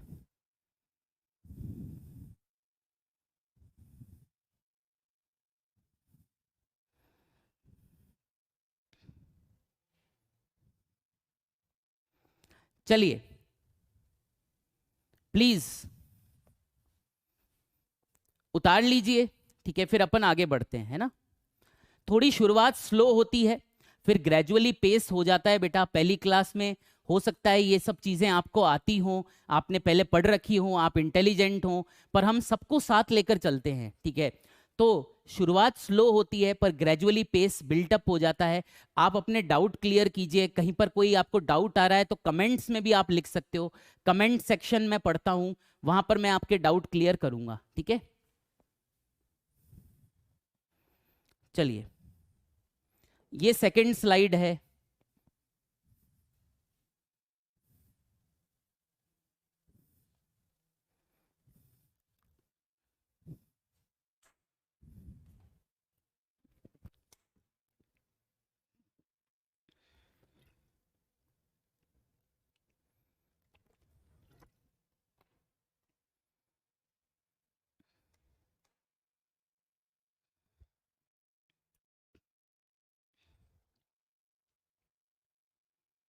ओके, चलें,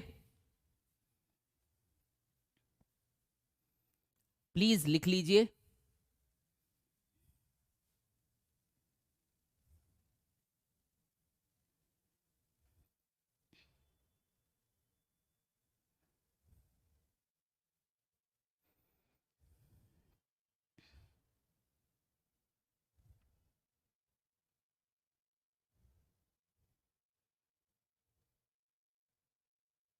चलो, फास्ट बेटा शुरू शुरू में अपन नहीं चल सकते, अपन पहली क्लास में जूम करके नहीं उड़ सकते, अपन को थोड़ा टाइम लगता है, ठीक है ना। धीरे धीरे सबको साथ लेकर चलना है। आपके भाई बहन भी इसी बैच में हैं, ठीक है। सबको साथ लेकर आगे बढ़ेंगे बेटा, पहली क्लास से नहीं उड़ेंगे, क्योंकि बेटा सब लोग नहीं तो कई लोग पीछे रह जाएंगे। सबका आईक्यू, सबकी अंडरस्टैंडिंग, सबका बैकग्राउंड एक जैसा नहीं होता, ठीक है। हो सकता है आप में से कई लोग बहुत अच्छे स्कूल में या बहुत अच्छी कोचिंग से आए हों, ठीक है। कुछ लोग ऐसे भी होंगे जिन्होंने स्कूलिंग अच्छे से नहीं की होगी, कुछ लोग ऐसे भी होंगे जो कभी कोचिंग नहीं गए होंगे। तो हमको सबको साथ लेकर चलना है, ठीक है। तो इसलिए आप अपने भाई बहनों के बारे में सोचो, ठीक है, और धीरे धीरे करके, आज तो पहली क्लास ही है, 140 लेक्चर है अपने पास, कोई जल्दी नहीं है। आप चाहें तो आप मेरे लेक्चर को 2x पे भी देख सकते हो बाद में।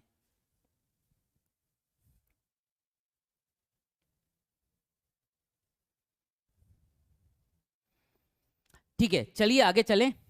हो गया? अगर हो गया तो प्लीज आप थम्स अप कर दीजिए ताकि अपन आगे चलें, है ना। चलो,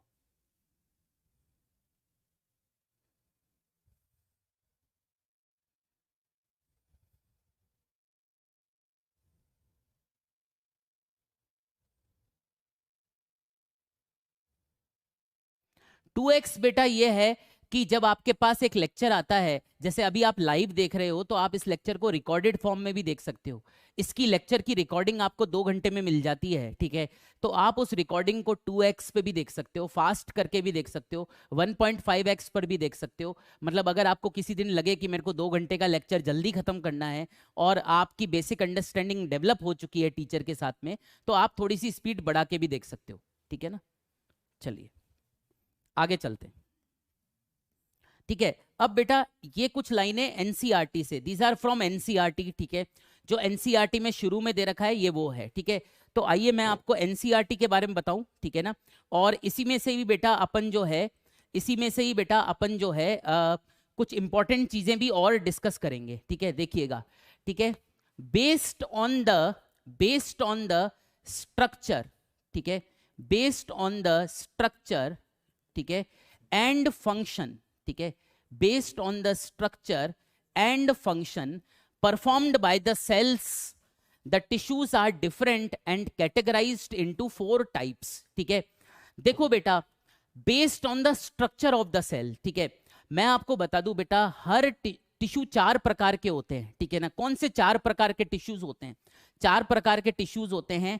एपिथेलियल टिश्यू, ठीक है, 4 प्रकार के टिश्यूज होते हैं. एपिथेलियल टिश्यू, कनेक्टिव टिश्यू, ठीक है, मस्कुलर टिश्यू, ठीक है, muscular tissue and nervous tissue. ठीक है, एंड नर्वस टिश्यू. तो एनसीईआरटी क्या कहती है? एनसीईआरटी बेटा ये कहती है कि based on the structure and function, ठीक है ना, ये 4 टिश्यू आपने सेपरेट करे हैं. 4 प्रकार के टिश्यू आपकी बॉडी में हैं. क्यों? ठीक है ना, based on the structure and function, ठीक है ना, परफॉर्म्ड बाय द सेल्स. ठीक है, बेसिकली बेटा ये जो 4 प्रकार के टिश्यू हैं, इनमें जो सेल्स होते हैं बेटा, टिश्यू तो सेल्स का ही बनता है. ठीक है ना, इन सेल्स के स्ट्रक्चर अलग अलग होते हैं. ठीक है, एग्जाम्पल मैं आपको बताता हूं. जैसे मस्कुलर टिश्यू में जो मसल सेल होता है, याद रखिए, मसल सेल सिलेंड्रिकल होता है. ठीक है ना, स्केलेटल मसल सेल सिलेंड्रिकल होता है, ऐसा. ठीक है ना. नर्वस टिश्यू में बेटा जो न्यूरॉन होता है वो बेटा इस तरह से होता है. जो न्यूरॉन होता है वो लंबा सा होता है सेल, ऐसे करके. न्यूरॉन जो होता है आपने देखा भी होगा, वो लंबा होता है ऐसे करके. ठीक है ना, इस तरह से. ठीक है, ओके.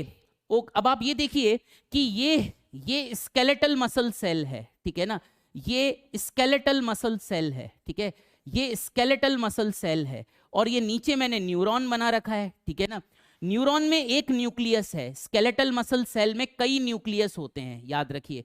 स्केलेटल मसल सेल में कई न्यूक्लियस होते हैं, याद रखिए. ठीक है ना, वहीं पर ही बेटा एक हमारा एक और सेल है.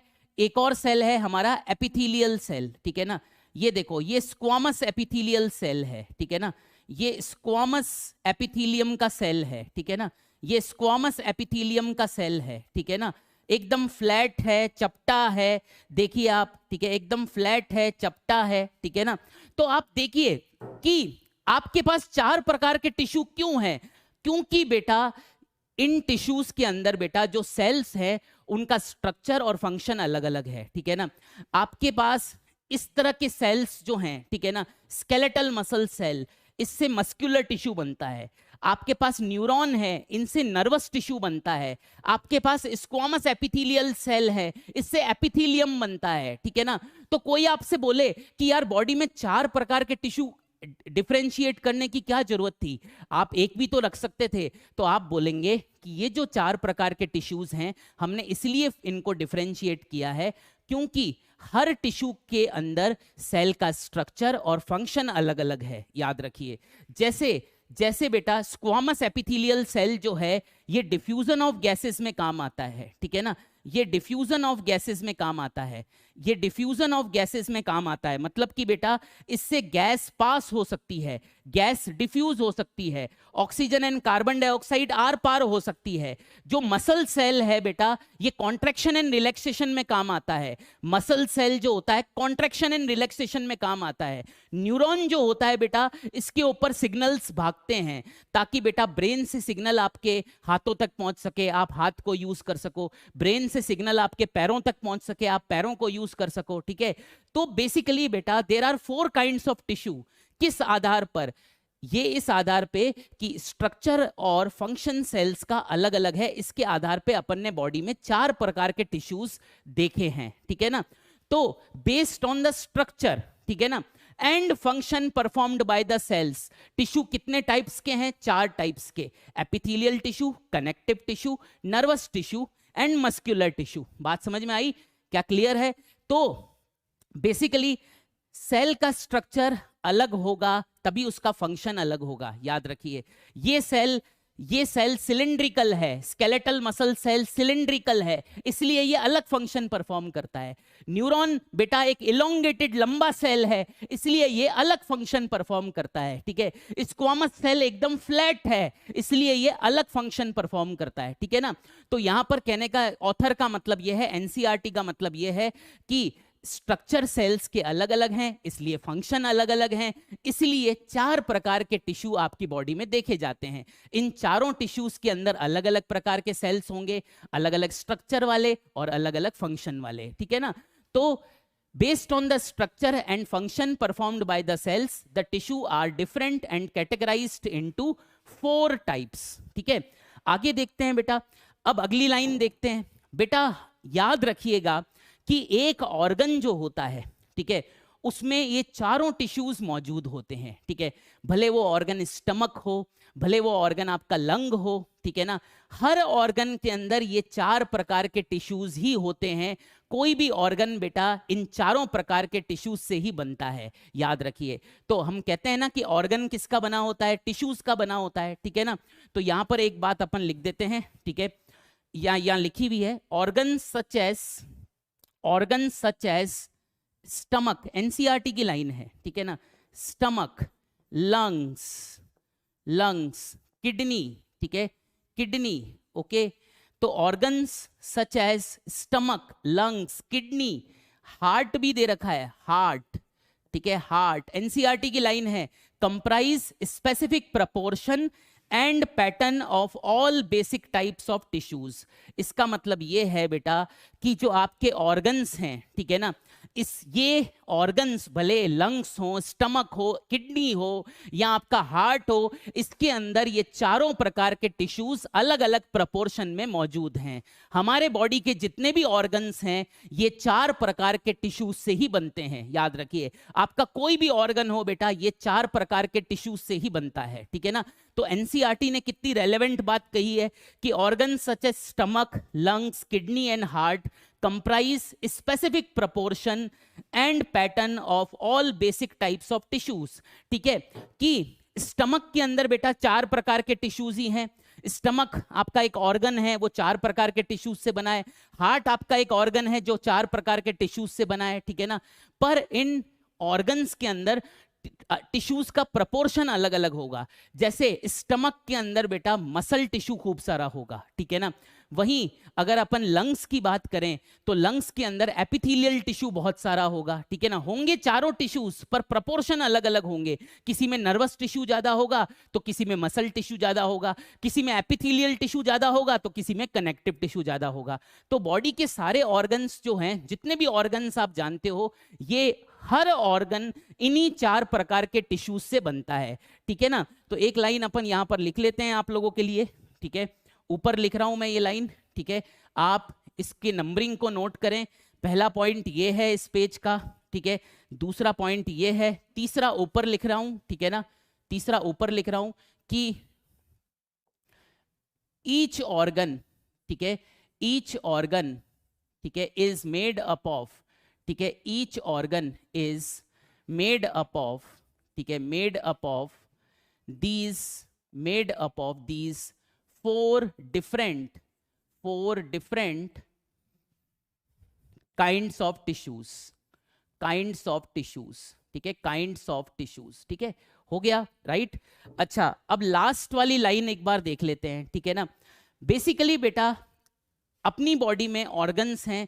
जब बेटा बहुत सारे ऑर्गन्स एक पर्टिकुलर पर्पस के लिए काम करने लगते हैं तो ऑर्गन सिस्टम बन जाता है। जैसे digestive system, respiratory system, circulatory system, ठीक है ना। तो लास्ट लाइन इस पे लिख रखी है, व्हेन 2 or more organs, ठीक है, when 2 or more organs perform a common function, ठीक है ना, when 2 or more organs perform a common function by their physical, ठीक है ना, bye their physical and chemical interaction, they together form a organ system, ठीक है। ये कुछ लाइनें इंपॉर्टेंट हैं एनसीईआरटी की, सारी मैं आपको एक्सप्लेन करता जा रहा हूं, समझिएगा, ठीक है। तो इसमें पहली लाइन क्या बता रही है? पहली लाइन ये बता रही है बेटा कि 4 प्रकार के टिश्यू आपकी बॉडी में एग्जिस्ट करते हैं। और ये 4 प्रकार के टिश्यू करने की क्या जरूरत थी? क्योंकि इन चारों टिश्यूज के अंदर सेल का स्ट्रक्चर और फंक्शन अलग अलग होता है, ठीक है ना। दूसरी लाइन, ठीक है, जो ऑर्गन होता है बेटा वो इन चारों टिश्यूज से सम्मिलित होकर ही बनता है। ये चारों टिश्यूज साथ में मिलकर एक ऑर्गन बनाते हैं, याद रखिए, ठीक है। और अलग अलग ऑर्गन्स के अंदर इन चारों टिश्यूज का अलग अलग प्रपोर्शन देखा जाता है, ठीक है ना। ये दूसरी लाइन है, ठीक है। Organ such as stomach, lungs, kidney and heart comprise specific proportion and pattern of all basic types of tissues, ठीक है। लास्ट में अपन क्या बात कर रहे हैं, लास्ट में अपन बात कर रहे हैं कि ऑर्गन तो बन गए, ठीक है ना। अब कई सारे ऑर्गन्स जब एक पर्टिकुलर पर्पस के लिए काम करने लगते हैं तो ऑर्गन सिस्टम बनता है, ठीक है ना। जैसे कि ये देखिएगा, जैसे कि ये देखिएगा,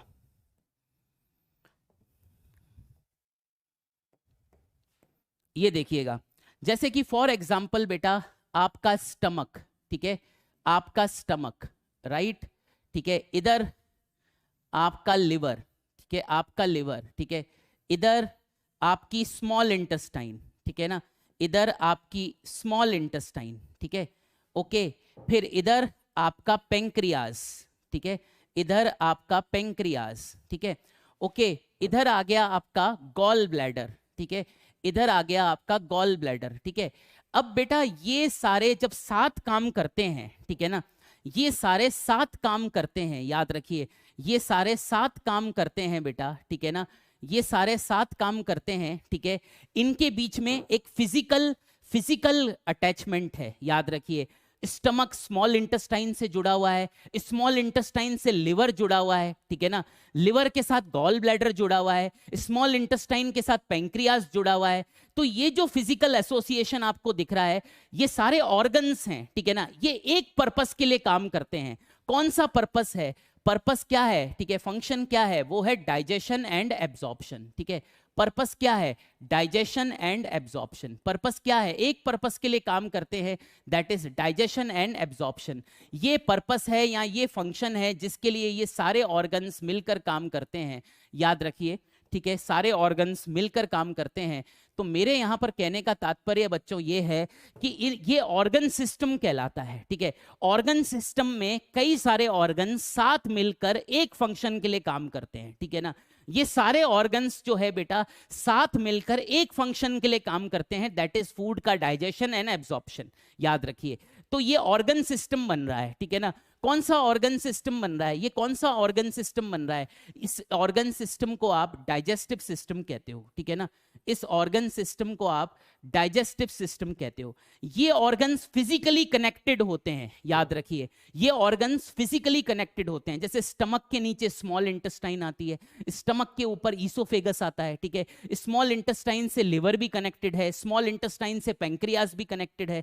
तो जैसे यहां पर ये लिख रहा है, देखिए ये लिख रहा है व्हेन टू और more organs perform a common function, ठीक है ना। व्हेन टू और more organs perform a common function, कौन सा common function, digestion and absorption, ठीक है, by their physical and chemical interaction, ठीक है। फिजिकल इंटरेक्शन, फिजिकल इंटरेक्शन का मतलब फिजिकली सारे कनेक्टेड हैं, ठीक है ना, बाय देयर फिजिकल इंटरेक्शन। अच्छा, केमिकल इंटरेक्शन भी होता है, याद रखिए, केमिकल इंटरेक्शन हार्मोन्स की मदद से होता है, ठीक है। एक एंडोक्राइन ग्लैंड है पिट्यूटरी ग्लैंड, वो थायराइड के साथ कनेक्टेड होती है हार्मोन्स के माध्यम से, ठीक है ना, ओके। एक एंडोक्राइन ग्लैंड है पिट्यूटरी ग्लैंड जो टेस्टिस के साथ कनेक्टेड होती है हार्मोन्स के माध्यम से। तो ये सारा एंडोक्राइन सिस्टम बनता है, याद रखिए। सभी एंडोक्राइन ऑर्गन्स जो हैं साथ में हार्मोन्स के माध्यम से कनेक्टेड होते हैं, ठीक है। हार्मोन्स केमिकल्स होते हैं बेटा, ठीक है ना। तो यहां पर इंटरेक्शन फिजिकल भी हो सकता है, केमिकल भी हो सकता है, याद रखिए, ठीक है ना। तो जब कई सारे ऑर्गन्स एक साथ कनेक्टेड हो, फिजिकल कनेक्शन हो या केमिकल कनेक्शन हो, ठीक है ना, तो वो ऑर्गन सिस्टम बना रहे हैं, याद रखिए, ठीक है ना। तो ये एक ऑर्गन सिस्टम बने, रेस्पिरेशन करने वाला रेस्पिरेटरी सिस्टम, ठीक है, सर्कुलेशन ऑफ ब्लड करने वाला सर्कुलेटरी सिस्टम, ठीक है, डाइजेशन एंड एब्जॉर्प्शन करने वाला डाइजेस्टिव सिस्टम। तो एक ऑर्गन सिस्टम एक पर्टिकुलर फंक्शन के लिए काम करता है। तो सबसे पहले अपन ने बेटा टिश्यूज के 4 टाइप्स पढ़े, फिर ये 4 प्रकार के टिश्यूज एक ऑर्गन बनाते हैं, ठीक है ना। फिर कई सारे ऑर्गन्स जब साथ में मिलकर काम करने लगते हैं, वो फिजिकल और केमिकल इंटरेक्शन करने लगते हैं, तो वो ऑर्गन सिस्टम बनाते हैं। और अपन ने कई सारे ऑर्गन सिस्टम के बारे में देखा, ठीक है ना। तो ये बेटा बेसिक पॉइंट्स हैं, एनसीईआरटी के फ्रंट पेज पर, फर्स्ट पेज पर ये पॉइंट्स दे रखे हैं जो मैंने अभी आपको ढंग से एक्सप्लेन करने की कोशिश करी है, ठीक है। अब बेटा अपन स्टार्ट करने वाले हैं एपिथेलियल टिश्यू, ठीक है। हम अपना पहला टिश्यू स्टार्ट करने वाले हैं, कौन सा? एपिथेलियल टिश्यू अपन स्टार्ट करने वाले हैं, ठीक है। चलिए बिगिन करते हैं। इसको आपको लिखने की कोई जरूरत नहीं है, ठीक है। ये आपको मिलेगा पीडीएफ, आप पीडीएफ में से भी पढ़ सकते हो, ठीक है। और आप चाहो तो लिख भी सकते हो। मैं आपको 1 मिनट देता हूं, फिर अपन एपिथेलियल टिश्यू बिगिन करते हैं, पहला टिश्यू बिगिन करते हैं अपना, ठीक है।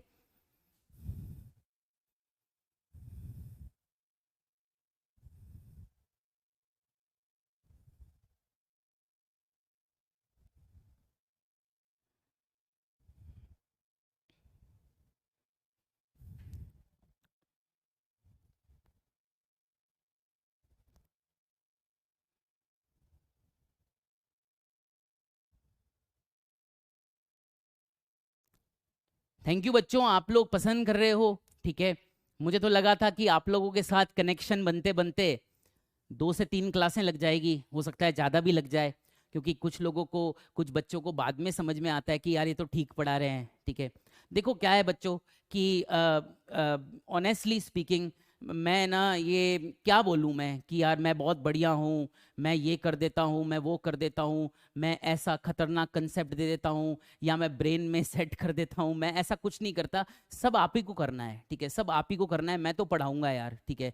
आप बस ये देख लेना, समझ में आना चाहिए। देखो जब आपका लेक्चर कंप्लीट हो जाएगा तो आप कमेंट्स लिख सकते हो, ठीक है।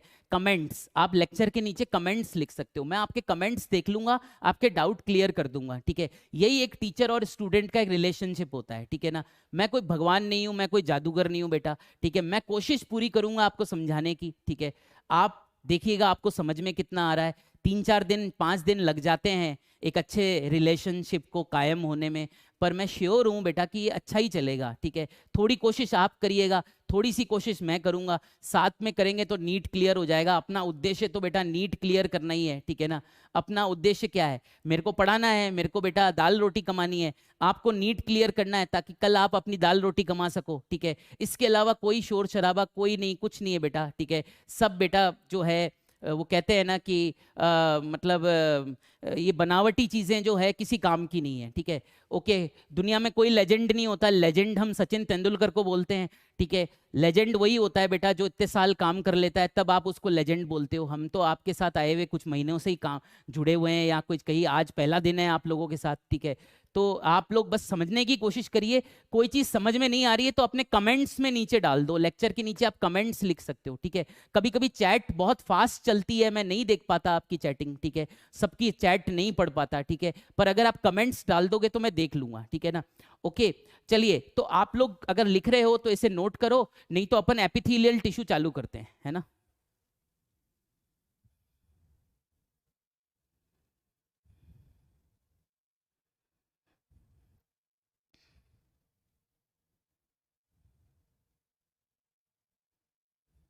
चलो,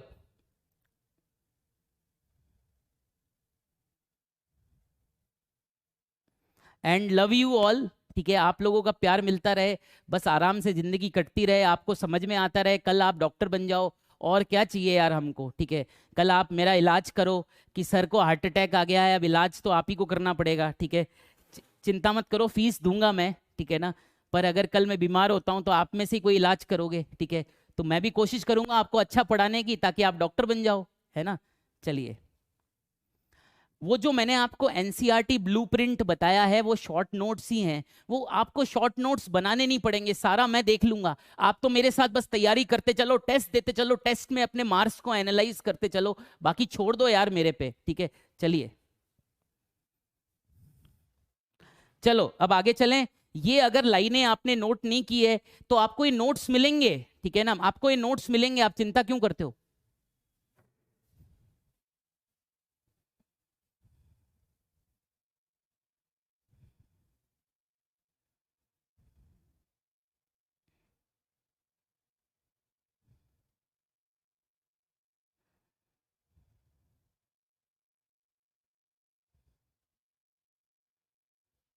चलो इसे लिखो।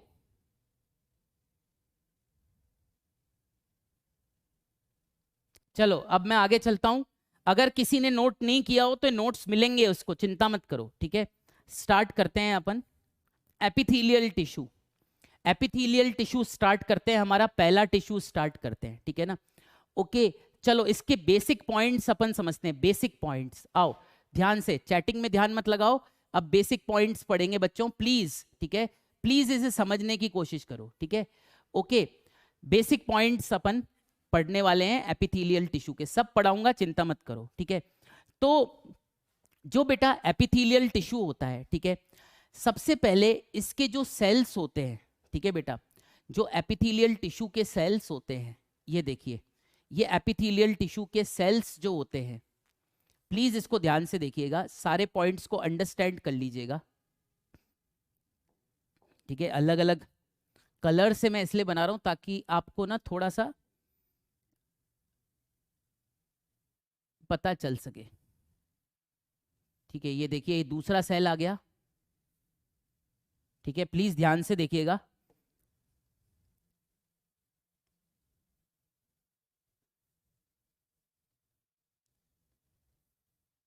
ठीक है, तो पहला पॉइंट बेटा ये है कि जो एपिथेलियल टिश्यू होता है, इसके जो सेल्स होते हैं ये कॉम्पैक्टली पैक्ड होते हैं, ठीक है ना। कॉम्पैक्टली पैक्ड होने का मतलब ये है कि सेल्स बहुत पास पास होते हैं बेटा, ठीक है ना। तो इंटरसेलुलर स्पेस जो होता है बहुत ही कम होता है। इंटरसेलुलर स्पेस किसे बोलते हैं? दो सेल्स के बीच की जगह, ठीक है ना। जैसे जैसे सोचो, ठीक है ना, ये आपके दो सेल्स हैं, ठीक है ना। अब देखो यहां पर एक सेल ये है, दूसरा सेल ये है, बीच की कितनी जगह पड़ी हुई है, ठीक है, बीच में कितनी खाली जगह है, ठीक है ना।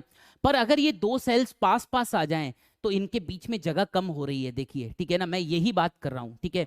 पहला पॉइंट मैं लिखता हूं और आप समझिएगा। पहला पॉइंट क्या है? पहला पॉइंट ये है, ठीक है, कि पहला पॉइंट ये है कि cells of epithelial tissue, cells of epithelial tissue are compactly packed, ठीक है, are compactly packed, ठीक है, are compactly packed and there is very less, ठीक है, there is very less intercellular space, there is very less intercellular space, ठीक है, there is very less intercellular space between the cells, ठीक है, between the cells, ठीक है। इसका मतलब क्या हुआ? देखो अगर मैं बोलूं कि ये एक सेल है और ये दो सेल है, ठीक है ना, दूसरा सेल है, बीच में देखिए कितनी ज्यादा इंटरसेलुलर स्पेस है, ठीक है ना, बीच में देखिए कितनी ज्यादा इंटरसेलुलर स्पेस है, कितनी इंटरसेलुलर स्पेस है। पर एपिथेलियल टिश्यू में ऐसा नहीं होता, दो सेल्स बड़े ही पास पास प्रेजेंट होते हैं, बड़े ही करीब प्रेजेंट होते हैं, इसे कॉम्पैक्ट पैकिंग कहा जाता है। कॉम्पैक्ट पैकिंग का मतलब अच्छे से पैक हो गया, ठीक है, सब सामानों को पास पास पास पास रखकर एक बक्से में सारी चीजें पैक कर दी, कॉम्पैक्टली पैक्ड कर दिया, ठीक है ना। कॉम्पैक्ट पैकिंग का मतलब सामान ज्यादा था, बक्सा एक ही था, पास पास पास पास सामान को रखकर अपन ने ढंग से उसको पैक कर दिया, पैक तो कर ही दिया अपन ने, ठीक है ना। तो यहां पर क्या होता है बेटा, दो सेल्स के बीच में इतनी जगह नहीं होती, ठीक है, दो सेल्स के बीच में इतनी जगह नहीं होती, बात यह है, ठीक है ना। तो एपिथेलियल टिश्यू का पहला पॉइंट यह है कि the cells of epithelial tissue are compactly packed, बहुत पास पास अच्छे से पैक हुए हुए होते हैं, and there is very less, ठीक है, there is very less intercellular space, ठीक है ना। दो सेल्स के बीच में आप देख रहे हो, ये देखो एक पहला सेल है, ये दूसरा सेल है, ये तीसरा सेल है, ठीक है ना। दो सेल्स के बीच में बच्चों आप देखो कितनी कम जगह है यार, कितनी कम जगह है, देखो यार बस इतनी सी जगह है, देखो मैं डॉटेड लाइन से डॉट से बता रहा हूं, बस इतनी सी जगह है, देखो ये, ठीक है। और यहां भी देखिए, यहां भी दो सेल्स के बीच में बेटा बस इतनी सी ही जगह है, डॉट से रिप्रेजेंट हो रही है, ठीक है ना। मेरे ख्याल से ये डॉट डॉट आपको साफ दिख रहे होंगे। तो पहला पॉइंट क्या है कि एपिथेलियल सेल्स बहुत पास पास होते हैं, ठीक है ना, and these are very compactly packed and there is very less intercellular space between the cells, ठीक है। दूसरा पॉइंट, ठीक है, दूसरा पॉइंट क्या है, ठीक है, दूसरा पॉइंट क्या है, आइए इन डॉट्स को क्लियर कर देते हैं। ठीक है, आप ये देखिए मैंने दोनों तीनों सेल्स कितने पास पास बनाए हैं, मैं एक बार चेक कर लेता हूं आपको दिख रहा है कि नहीं दिख रहा। ठीक है, ये देखिए दिख रहा है, हाँ दिख रहा है, बहुत कम स्पेस दिख रहा है, बिल्कुल सही है, ऐसा ही दिखना चाहिए। ठीक है ना। अच्छा, सेकंड पॉइंट ये है, ठीक है, कि ड्यू टू, ठीक है, due to very less, due to very less intercellular space, due to very less intercellular space, due to very less intercellular space, ठीक है, due to very less intercellular space, ठीक है, there is present, plus anti का मतलब present, plus anti का मतलब present, ठीक है, देयर इज प्रेजेंट, ठीक है, there is present very less, ठीक है, there is present very less extra cellular matrix, there is present very less extra cellular matrix, ठीक है, एक्स्ट्रा सेलुलर मैट्रिक्स को तुम मैट्रिक्स भी लिख सकते हो, कोई दिक्कत नहीं है। ठीक है ना। जब दो सेल्स के बीच में स्पेस ही नहीं है, दो सेल्स एकदम पास पास प्रेजेंट हैं, तो बीच में जो एक्स्ट्रा सेलुलर मैट्रिक्स जो अपन ने शुरू में पढ़ा था वो भी कम होगा। अब आप सोचो कि ये दो सेल्स हैं, ठीक है ना, इन दो सेल्स के बीच में बहुत स्पेस है, ठीक है, तो इसमें बहुत सारा एक्स्ट्रा सेलुलर मैट्रिक्स होगा, बीच में बहुत सारा मटेरियल प्रेजेंट होगा। आप देखिए, ठीक है, दोनों सेल्स के बीच में बेटा आप ये देखिए कि इतनी जगह है, आप ये देखिए दोनों सेल्स के बीच में इतनी सारी जगह है, तो आपके पास ये दूसरा सेल है, तो आपके पास बीच में बहुत सारा मैट्रिक्स प्रेजेंट है, बहुत सारा मटेरियल प्रेजेंट है बीच में, याद रखिए। ठीक है, बहुत सारा मटेरियल प्रेजेंट है, पर यहां पर तो दो सेल्स के बीच में जगह ही नहीं है। जब दो सेल्स के बीच में जगह ही नहीं है तो मैट्रिक्स कहां से प्रेजेंट होगा बताइए। ठीक है ना, जब दो सेल्स के बीच में जगह ही नहीं है, इंटरसेलुलर स्पेस बहुत ही कम है, तो मैट्रिक्स भी बहुत थोड़ा होगा। ठीक है ना, तो यही मैं लिखना चाहता था कि due to very less intercellular space there is present very less, there is present very less extra cellular matrix. आप इसे एक्स्ट्रा सेलुलर मैट्रिक्स बोलो, आप इसे इंटरसेलुलर सब्सटेंस बोलो, आप इसे केवल मैट्रिक्स बोलो, ये आपके ऊपर डिपेंड करता है, तीनों चीजें बराबर की है, याद रखिए। ठीक है ना, तो ये मेरे ख्याल से पहला पॉइंट आपको समझ में आ गया होगा कि सेल्स कॉम्पैक्टली पैक्ड हैं और दो सेल्स के बीच में भाई साहब स्पेस इतनी कम है। जब दो सेल्स के बीच में स्पेस कम है तो बीच में जो मटेरियल प्रेजेंट होगा वो भी कम प्रेजेंट होगा।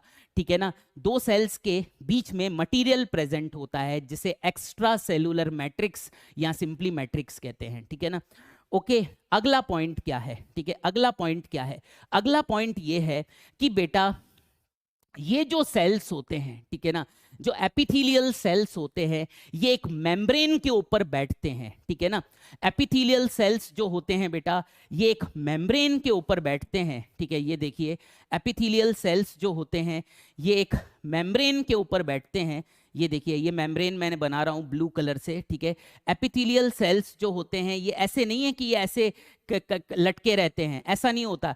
एपिथेलियल सेल्स जो होते हैं बेटा एक मेम्ब्रेन के ऊपर बैठते हैं। आप ये देखिए एपिथेलियल सेल्स जो होते हैं, ठीक है, ये एक मेम्ब्रेन के ऊपर बैठते हैं बेटा। मेम्ब्रेन को बेटा बेसमेंट मेम्ब्रेन कहते हैं अपन। ठीक है ना, मेम्ब्रेन को बेटा अपन क्या कहते हैं, बेसमेंट मेम्ब्रेन कहते हैं। ठीक है, मेम्ब्रेन को बेसमेंट मेम्ब्रेन कहते हैं। अच्छा, ये basement membrane non living membrane है, याद रखिए, ये सेल्स का नहीं बनता। ठीक है ना, ये मेम्ब्रेन पॉलीसैकेराइड्स का बनता है। पॉलीसैकेराइड बेटा एक प्रकार का कार्बोहाइड्रेट है, याद रखिए। ये मेम्ब्रेन ग्लाइकोप्रोटीन का बनता है। ग्लाइकोप्रोटीन एक प्रकार का प्रोटीन है, आपको तो पता होगा बॉडी के अंदर कार्बोहाइड्रेट्स होते हैं, प्रोटीन्स होते हैं। ठीक है ना, और ये नॉन लिविंग चीजें होती हैं। ठीक है ना, तो अगला पॉइंट क्या है कि cells rest on a non cellular, ठीक है, ऑन अ नॉन सेलुलर, ठीक है, cells rest on a non cellular basement membrane. ठीक है, non cellular basement membrane, cells rest on a non cellular basement membrane. ठीक है, एंड ये membrane किसका बना होता है, दिस मेम्ब्रेन, ठीक है, this membrane is made up of, this membrane is made up of, ठीक है, इज मेड अप ऑफ, ठीक है, it is made up of mucopolysaccharides it is made up of mucopolysaccharide. Mucopolysaccharide बेटा एक प्रकार का कार्बोहाइड्रेट है, म्यूकोपॉलीसेकेराइड एंड म्यूकोपॉलीसेकेराइड, ठीक है, ग्लाइकोप्रोटीन, ठीक है, mucopolysaccharide, glycoprotein and collagen fibres, ठीक है, एंड कोलेजन फाइबर्स, ठीक है, एंड कोलेजन फाइबर्स, ठीक है। कोलेजन फाइबर्स जो होते हैं, कोलेजन फाइबर्स जो होते हैं प्रोटीन के बने हुए फाइबर्स होते हैं, ठीक है ना। तो कहने का मतलब है बेटा जो एपिथेलियल सेल्स होते हैं वो किस पे बैठे होते हैं? एपिथेलियल सेल्स बेटा एक मेम्ब्रेन पर बैठे होते हैं जिसको बेसमेंट मेम्ब्रेन कहते हैं। बेसमेंट मेम्ब्रेन सेल की नहीं बनी होती, ठीक है, बेसमेंट मेम्ब्रेन नॉन लिविंग होती है क्योंकि बेटा ये कार्बोहाइड्रेट्स की बनी होती है। कौन से कार्बोहाइड्रेट्स की? म्यूकोपॉलीसेकेराइड की। म्यूकोपॉलीसेकेराइड अपन फ्यूचर में पढ़ेंगे। म्यूकोपॉलीसेकेराइड के बारे में मैं पूरी जानकारी भी दूंगा आपको जब अपन बायोमोलिक्यूल पढ़ेंगे, ठीक है ना। तो ये बेसमेंट मेम्ब्रेन म्यूकोपॉलीसेकेराइड की होती है, ग्लाइकोप्रोटीन की होती है। ग्लाइकोप्रोटीन बेटा एक प्रकार का प्रोटीन है, और कोलेजन फाइबर्स की ये बेसमेंट मेम्ब्रेन बनी होती है। कोलेजन फाइबर्स बेटा प्रोटीन के बने हुए फाइबर्स होते हैं। तो ये तीसरा पॉइंट भी मेरे ख्याल से आपको समझ में आ गया होगा। अब मैं चौथा पॉइंट डिस्कस करूंगा और उसके बाद अपन एक बार रिवीजन करेंगे, ठीक है। चलिए अगला पॉइंट, ठीक है। अब अपन ने कहा बेटा कि दो सेल्स हैं, एपिथेलियल सेल्स हैं, बीच में जगह नहीं है, इंटरसेलुलर स्पेस नहीं है, दो सेल्स के बीच में स्पेस नहीं है, इंटरसेलुलर स्पेस ही नहीं है दोनों सेल्स के बीच में। बहुत बढ़िया। तो इसका क्या कॉन्सिक्वेंस है? कॉन्सिक्वेंस बेटा इसका यह है कि ब्लड वेसल्स अंदर नहीं जा पाते, ठीक है ना। ब्लड वेसल्स सेल्स के बीच में पेनिट्रेट नहीं कर पाते, जगह ही नहीं है। दो सेल्स के बीच में स्पेस ही नहीं है। दो सेल्स के बीच में अगर स्पेस होती, ठीक है ना, जैसे ये दो सेल्स हैं, ठीक है, इनके बीच में काफी स्पेस है तो ब्लड वेसल आराम से पास हो सकता है, ठीक है ना। पर अगर दो सेल्स के बीच में स्पेस ही नहीं है, इंटरसेलुलर स्पेस ना के बराबर है, बहुत ही कम है, तो ब्लड वेसल्स भी पेनिट्रेट नहीं कर पाते, ठीक है ना। तो अगला पॉइंट क्या है? अगला पॉइंट ये है, ठीक है, कि ड्यू टू, ठीक है, ड्यू टू वेरी लेस, ठीक है, due to very less intercellular space, due to very less intercellular space, very less intercellular space, blood vessels, ठीक है, blood vessels, blood vessels can not penetrate, blood vessels can not penetrate. Penetrate का Hindi word ये है कि blood vessels जो हैं sales के बीच में एंटर नहीं कर पाते, जगह ही नहीं है ना। तो हिंदी में इसको ये समझिए कि ब्लड वेसल्स जो हैं दो कोशिकाओं के बीच में, यानी दो सेल्स के बीच में एंटर ही नहीं कर पाते, ठीक है ना, क्योंकि दो सेल्स के बीच की जगह बहुत ही कम है, दो कोशिकाओं के बीच में जगह ही नहीं है, ठीक है। हिंदी वालों के लिए थोड़ा सा हिंदी, अंग्रेजी वालों के लिए थोड़ा सा अंग्रेजी, और इंग्लिश वालों के लिए थोड़ा सा इंग्लिश, ठीक है ना। तो due to very less intercellular space blood vessels can not penetrate, ठीक है ना। दो सेल्स के बीच में जगह ना होने की वजह से ब्लड वेसल्स घुस नहीं पाती, ठीक है ना। blood vessels cannot penetrate, hence epithelial tissue, hence epithelial tissue do not have a blood supply, hence epithelial tissue do not have a blood supply, ठीक है ना। जब एपिथेलियल टिश्यू में ब्लड सप्लाई नहीं होती है तो हम इस कंडीशन को कहते हैं एवास्क्यूलर कंडीशन, ठीक है ना। Epithelial tissue do not have a blood supply, that is they are avascular, ठीक है, दे आर एवास्क्यूलर, ठीक है। एपिथेलियल टिश्यू कैसे हैं? एवेस्क्यूलर है। एवेस्क्यूलर का मतलब एपिथेलियल टिश्यू में ब्लड सप्लाई नहीं होती, ठीक है। ओके, आप प्लीज इन पॉइंट्स को नोट करिए। मैं थोड़ा सा पानी पीता हूं, फिर एक रिकैप करेंगे और फिर दो पॉइंट्स आपको और बताऊंगा, ठीक है। चलिए, है ना।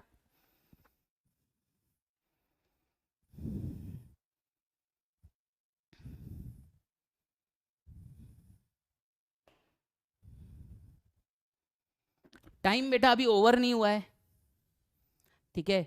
2:15 तक पढ़ेंगे। 15 मिनट यार देर से क्लास चालू हुई थी, थोड़ा तामझाम हो गया था यार, पहली पहली क्लास थी ना। 15 मिनट और पढ़ लेते हैं, ठीक है, चलो, है ना।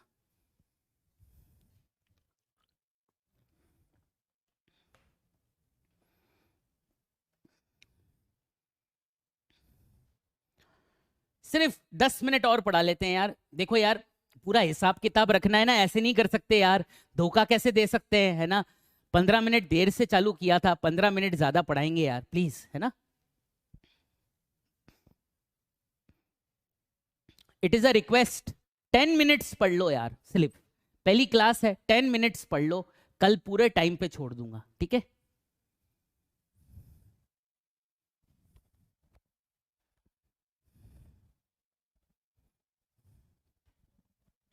ठीक है चलो, है ना।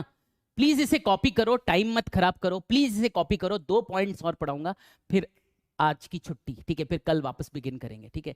प्लीज इसे कॉपी करो, है ना।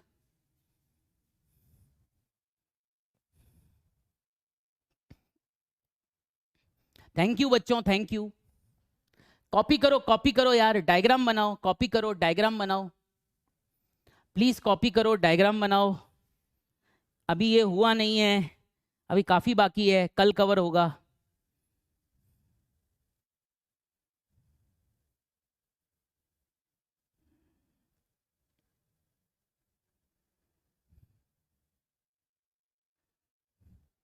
चलो भाई करो। डन है, very good very good very good very good, done, well done, चलो बहुत अच्छी बात है। चलो इधर देखते हैं बच्चों, ठीक है, इधर देखते हैं फटाफट। रीकैप रीकैप रीकैप कि एपिथेलियल टिश्यू जो है बेटा सेल्स का बना होता है। ये सेल्स बहुत करीबी दोस्त होते हैं, ये सेल्स बहुत पास पास प्रेजेंट होते हैं। तो दो सेल्स के बीच में जो इंटरसेलुलर स्पेस होता है, दो सेल्स के बीच में बेटा, मैं बार बार रिपीट कर रहा हूं क्योंकि ये आगे काम आता ही रहेगा, दो सेल्स के बीच में जो ये खाली जगह है, दो सेल्स के बीच में जो खाली जगह है, इसे इंटरसेलुलर स्पेस कहते हैं, ठीक है ना। और इस खाली जगह में बेटा एक सब्सटेंस भरा हुआ होता है, इसे मैट्रिक्स कहा जाता है या इसे एक्स्ट्रा सेलुलर मैट्रिक्स कहा जाता है, ठीक है ना। तो मेरे कहने का बेटा मतलब ये है कि जो एपिथेलियल सेल्स हैं वो कॉम्पैक्टली पैक्ड हैं, बहुत पास पास पाए जाते हैं, तो इनके बीच में इंटरसेलुलर स्पेस बहुत कम होता है। इंटरसेलुलर स्पेस बहुत कम होता है बेटा, इस वजह से इनके स्पेस में जो मैट्रिक्स होता है वो भी ना के बराबर होता है। तो इंटरसेलुलर स्पेस कम है, तो दोनों सेल्स के बीच में जो सब्सटेंस प्रेजेंट है, जिसको अपन एक्स्ट्रा सेलुलर मैट्रिक्स कहते हैं, वो भी ना के बराबर प्रेजेंट है, बहुत ही कम प्रेजेंट है। तो there is very less extra cellular matrix और मैट्रिक्स, ठीक है। मैट्रिक्स या एक्स्ट्रा सेलुलर मैट्रिक्स वो सब्सटेंस है जो इंटरसेलुलर स्पेस के अंदर भरा हुआ होता है, ठीक है ना। चलिए, अच्छा, जो सेल्स होते हैं बेटा ये एक मेम्ब्रेन के ऊपर बैठते हैं, इस मेम्ब्रेन को बेसमेंट मेम्ब्रेन कहा जाता है। बेसमेंट मेम्ब्रेन एक नॉन लिविंग मेम्ब्रेन है, ये म्यूकोपॉलीसेक्राइड का बना है। म्यूकोपॉलीसेक्राइड एक प्रकार का कार्बोहाइड्रेट है। म्यूकोपॉलीसेक्राइड क्या है? म्यूकोपॉलीसेक्राइड एक प्रकार का कार्बोहाइड्रेट है। बेसमेंट मेम्ब्रेन ग्लाइकोप्रोटीन का भी बना होता है और बेसमेंट मेम्ब्रेन कोलेजन फाइबर्स का भी बना हुआ होता है, याद रखिए। तो जो बेसमेंट मेम्ब्रेन होता है बेटा, उसमें ये तीनों चीजें प्रेजेंट होती हैं, ठीक है ना। और बेसमेंट मेम्ब्रेन सेल्स का नहीं बनता, ये नॉन लिविंग होता है, याद रखिए। और इसमें कार्बोहाइड्रेट्स और प्रोटीन्स प्रेजेंट होते हैं। कोलेजन फाइबर्स एक प्रकार के प्रोटीन फाइबर्स हैं। तो सेल्स किसके ऊपर बैठे हैं? सेल्स एक मेम्ब्रेन के ऊपर बैठे हैं जिसे बेसमेंट मेम्ब्रेन कहा जाता है, ठीक है।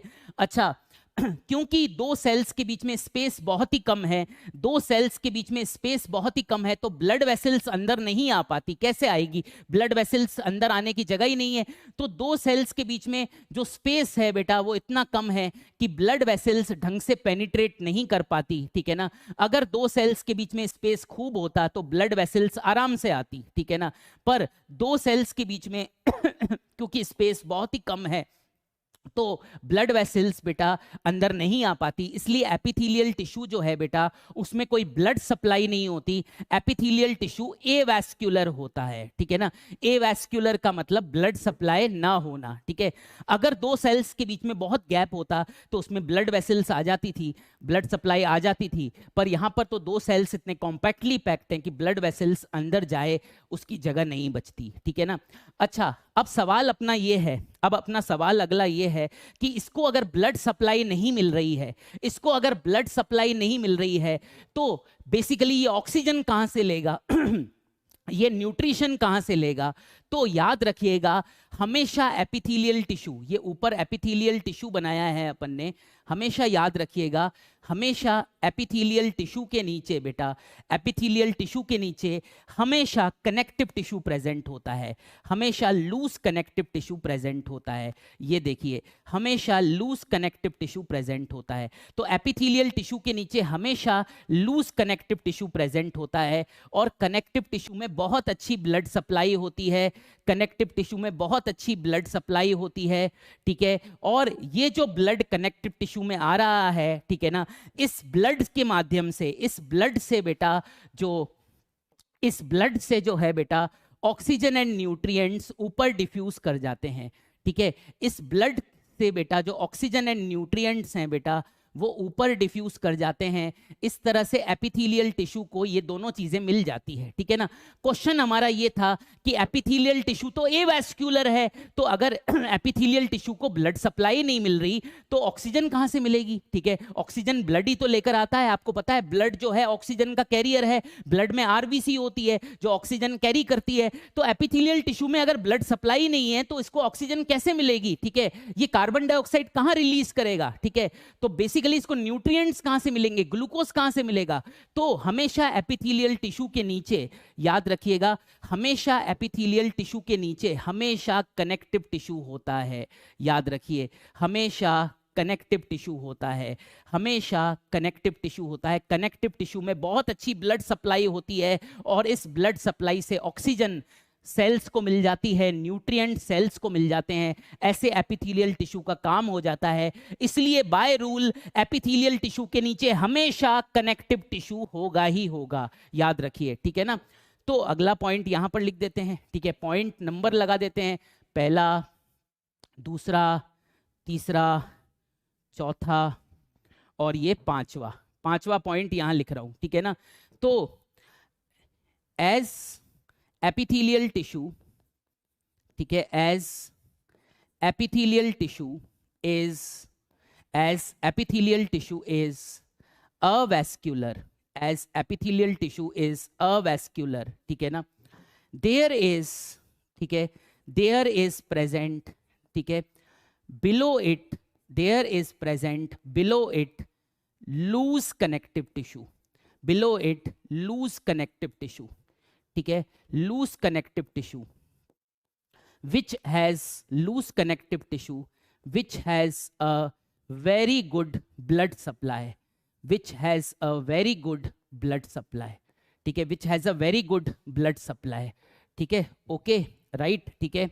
सो, ठीक है, so oxygen and nutrients, so oxygen and nutrients, ठीक है, can easily diffuse, can easily diffuse, ठीक है, from connective tissue below, from connective tissue below to above epithelial tissue, to above epithelial tissue, ठीक है। तो हमेशा याद रखना बच्चों कि एपिथेलियल टिश्यू के नीचे कनेक्टिव टिश्यू होता है, मतलब एपिथेलियल टिश्यू बेसमेंट मेम्ब्रेन पर बैठा हुआ है और बेसमेंट मेम्ब्रेन के जस्ट नीचे कनेक्टिव टिश्यू होता है। कनेक्टिव टिश्यू में बहुत अच्छी ब्लड सप्लाई होती है, तो ऑक्सीजन एंड न्यूट्रिएंट्स जो हैं आराम से एपिथेलियल टिश्यू के पास पहुंच जाते हैं डिफ्यूजन के माध्यम से। डिफ्यूजन जो होता है बेटा एक ऐसा प्रोसेस होता है जहां पर कोई सब्सटेंस हाई कंसंट्रेशन से लो कंसंट्रेशन की तरफ जाने की टेंडेंसी रखता है, ठीक है ना। जैसे आपने अगरबत्ती यहां जलाई, देखते देखते अगरबत्ती की महक पूरे कमरे में फैल जाएगी, तो ये डिफ्यूजन है, ठीक है ना। डिफ्यूजन क्या होता है कि कोई सब्सटेंस, ठीक है, अपनी हाई कंसंट्रेशन से लो कंसंट्रेशन की तरफ फैलता है। वो कोई सुगंधित करने वाली चीज हो सकती है, वो ऑक्सीजन हो सकती है। जैसे इस बोतल में मैंने ऑक्सीजन भरी हुई है, जैसे ही मैं ढक्कन खोलूंगा ऑक्सीजन जो है बेटा हाई कंसंट्रेशन बोतल से पूरे कमरे में फैल जाएगी, लो कंसंट्रेशन वाले कमरे की तरफ चली जाएगी। तो कोई भी गैस, कोई भी सब्सटेंस जब अपने हाई कंसंट्रेशन से लो कंसंट्रेशन की तरफ चला जाए तो उसे डिफ्यूजन कहा जाता है, याद रखिए। तो यहां पर भी जो ऑक्सीजन है अपने हाई कंसंट्रेशन से सेल्स को मिल गई, एपिथेलियल टिश्यू के सेल्स को मिल गई, हाई कंसंट्रेशन से लो कंसंट्रेशन की तरफ मूव हो गई। ग्लूकोज जैसा न्यूट्रिएंट जो है वो भी हाई कंसंट्रेशन, ब्लड में हाई कंसंट्रेशन पर था, ये डिफ्यूज हो गया और एपिथेलियल टिश्यू के पास चला गया। इस तरह एपिथेलियल टिश्यू को ऑक्सीजन एंड न्यूट्रिएंट्स मिलते रहते हैं, इसलिए एपिथेलियल टिश्यू के नीचे हमेशा connective tissue, loose connective tissue देखा जाता है, ठीक है ना। अब इसी से इसका नाम आता है। इसका नाम क्या है बेटा? इसका नाम है एपिथीलिया, ठीक है ना, एपिथेलियल टिश्यू। एपी, ठीक है, एपी मतलब अपॉन, ठीक है, एपी मतलब अपॉन, ठीक है ना। और थीलिया का मतलब क्या होता है? थीलिया का मतलब होता है ग्रोथ, ठीक है, थीलिया का मतलब होता है ग्रोथ, ठीक है। तो एपिथीलिया का मतलब ही यही होता है, अपॉन ग्रोथ, ठीक है ना। मतलब ये tissue, epithelial tissue connective tissue के ऊपर उगता है, ठीक है ना। अपॉन मतलब ऊपर, ग्रोथ मतलब ग्रो करना, ठीक है ना। तो एपी मतलब अपॉन यानी ऊपर, थीलिया मतलब ग्रोथ, इसकी ग्रोथ हमेशा एक टिश्यू के ऊपर होती है। कौन से टिश्यू के ऊपर होती है? कनेक्टिव टिश्यू के ऊपर होती है। याद रखिए, एपिथीलिया का मतलब ही ये होता है, ठीक है ना। तो ये बेटा बेसिक पॉइंट है एपिथेलियल टिश्यू के। एक और इंपॉर्टेंट पॉइंट है, छठा पॉइंट, आखिरी पॉइंट आज का, ठीक है, then we are finishing the class, ठीक है, ओके। चलिए, तो कहाँ लिखूं, कहाँ लिखूं? इधर तो जगह नहीं है मेरे पास, ठीक है।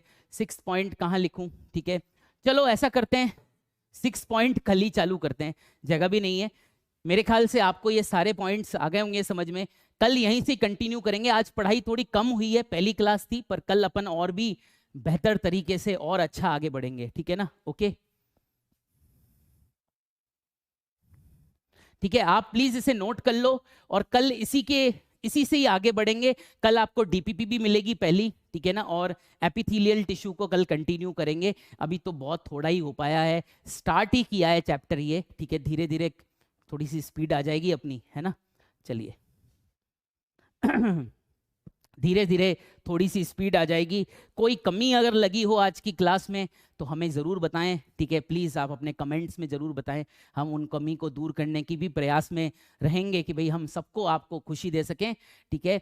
बाकी आप इसको अच्छे से नोट करिए, अच्छे से डायग्राम बनाइए। कोई चीज़ समझ में ना आई हो तो ज़रूर कमेंट्स में पूछिए, ठीक है ना।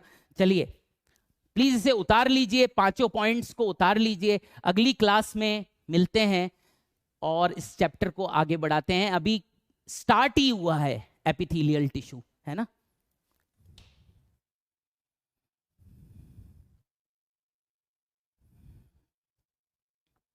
प्लीज इसे उतार लो, इसे उतार लो प्लीज।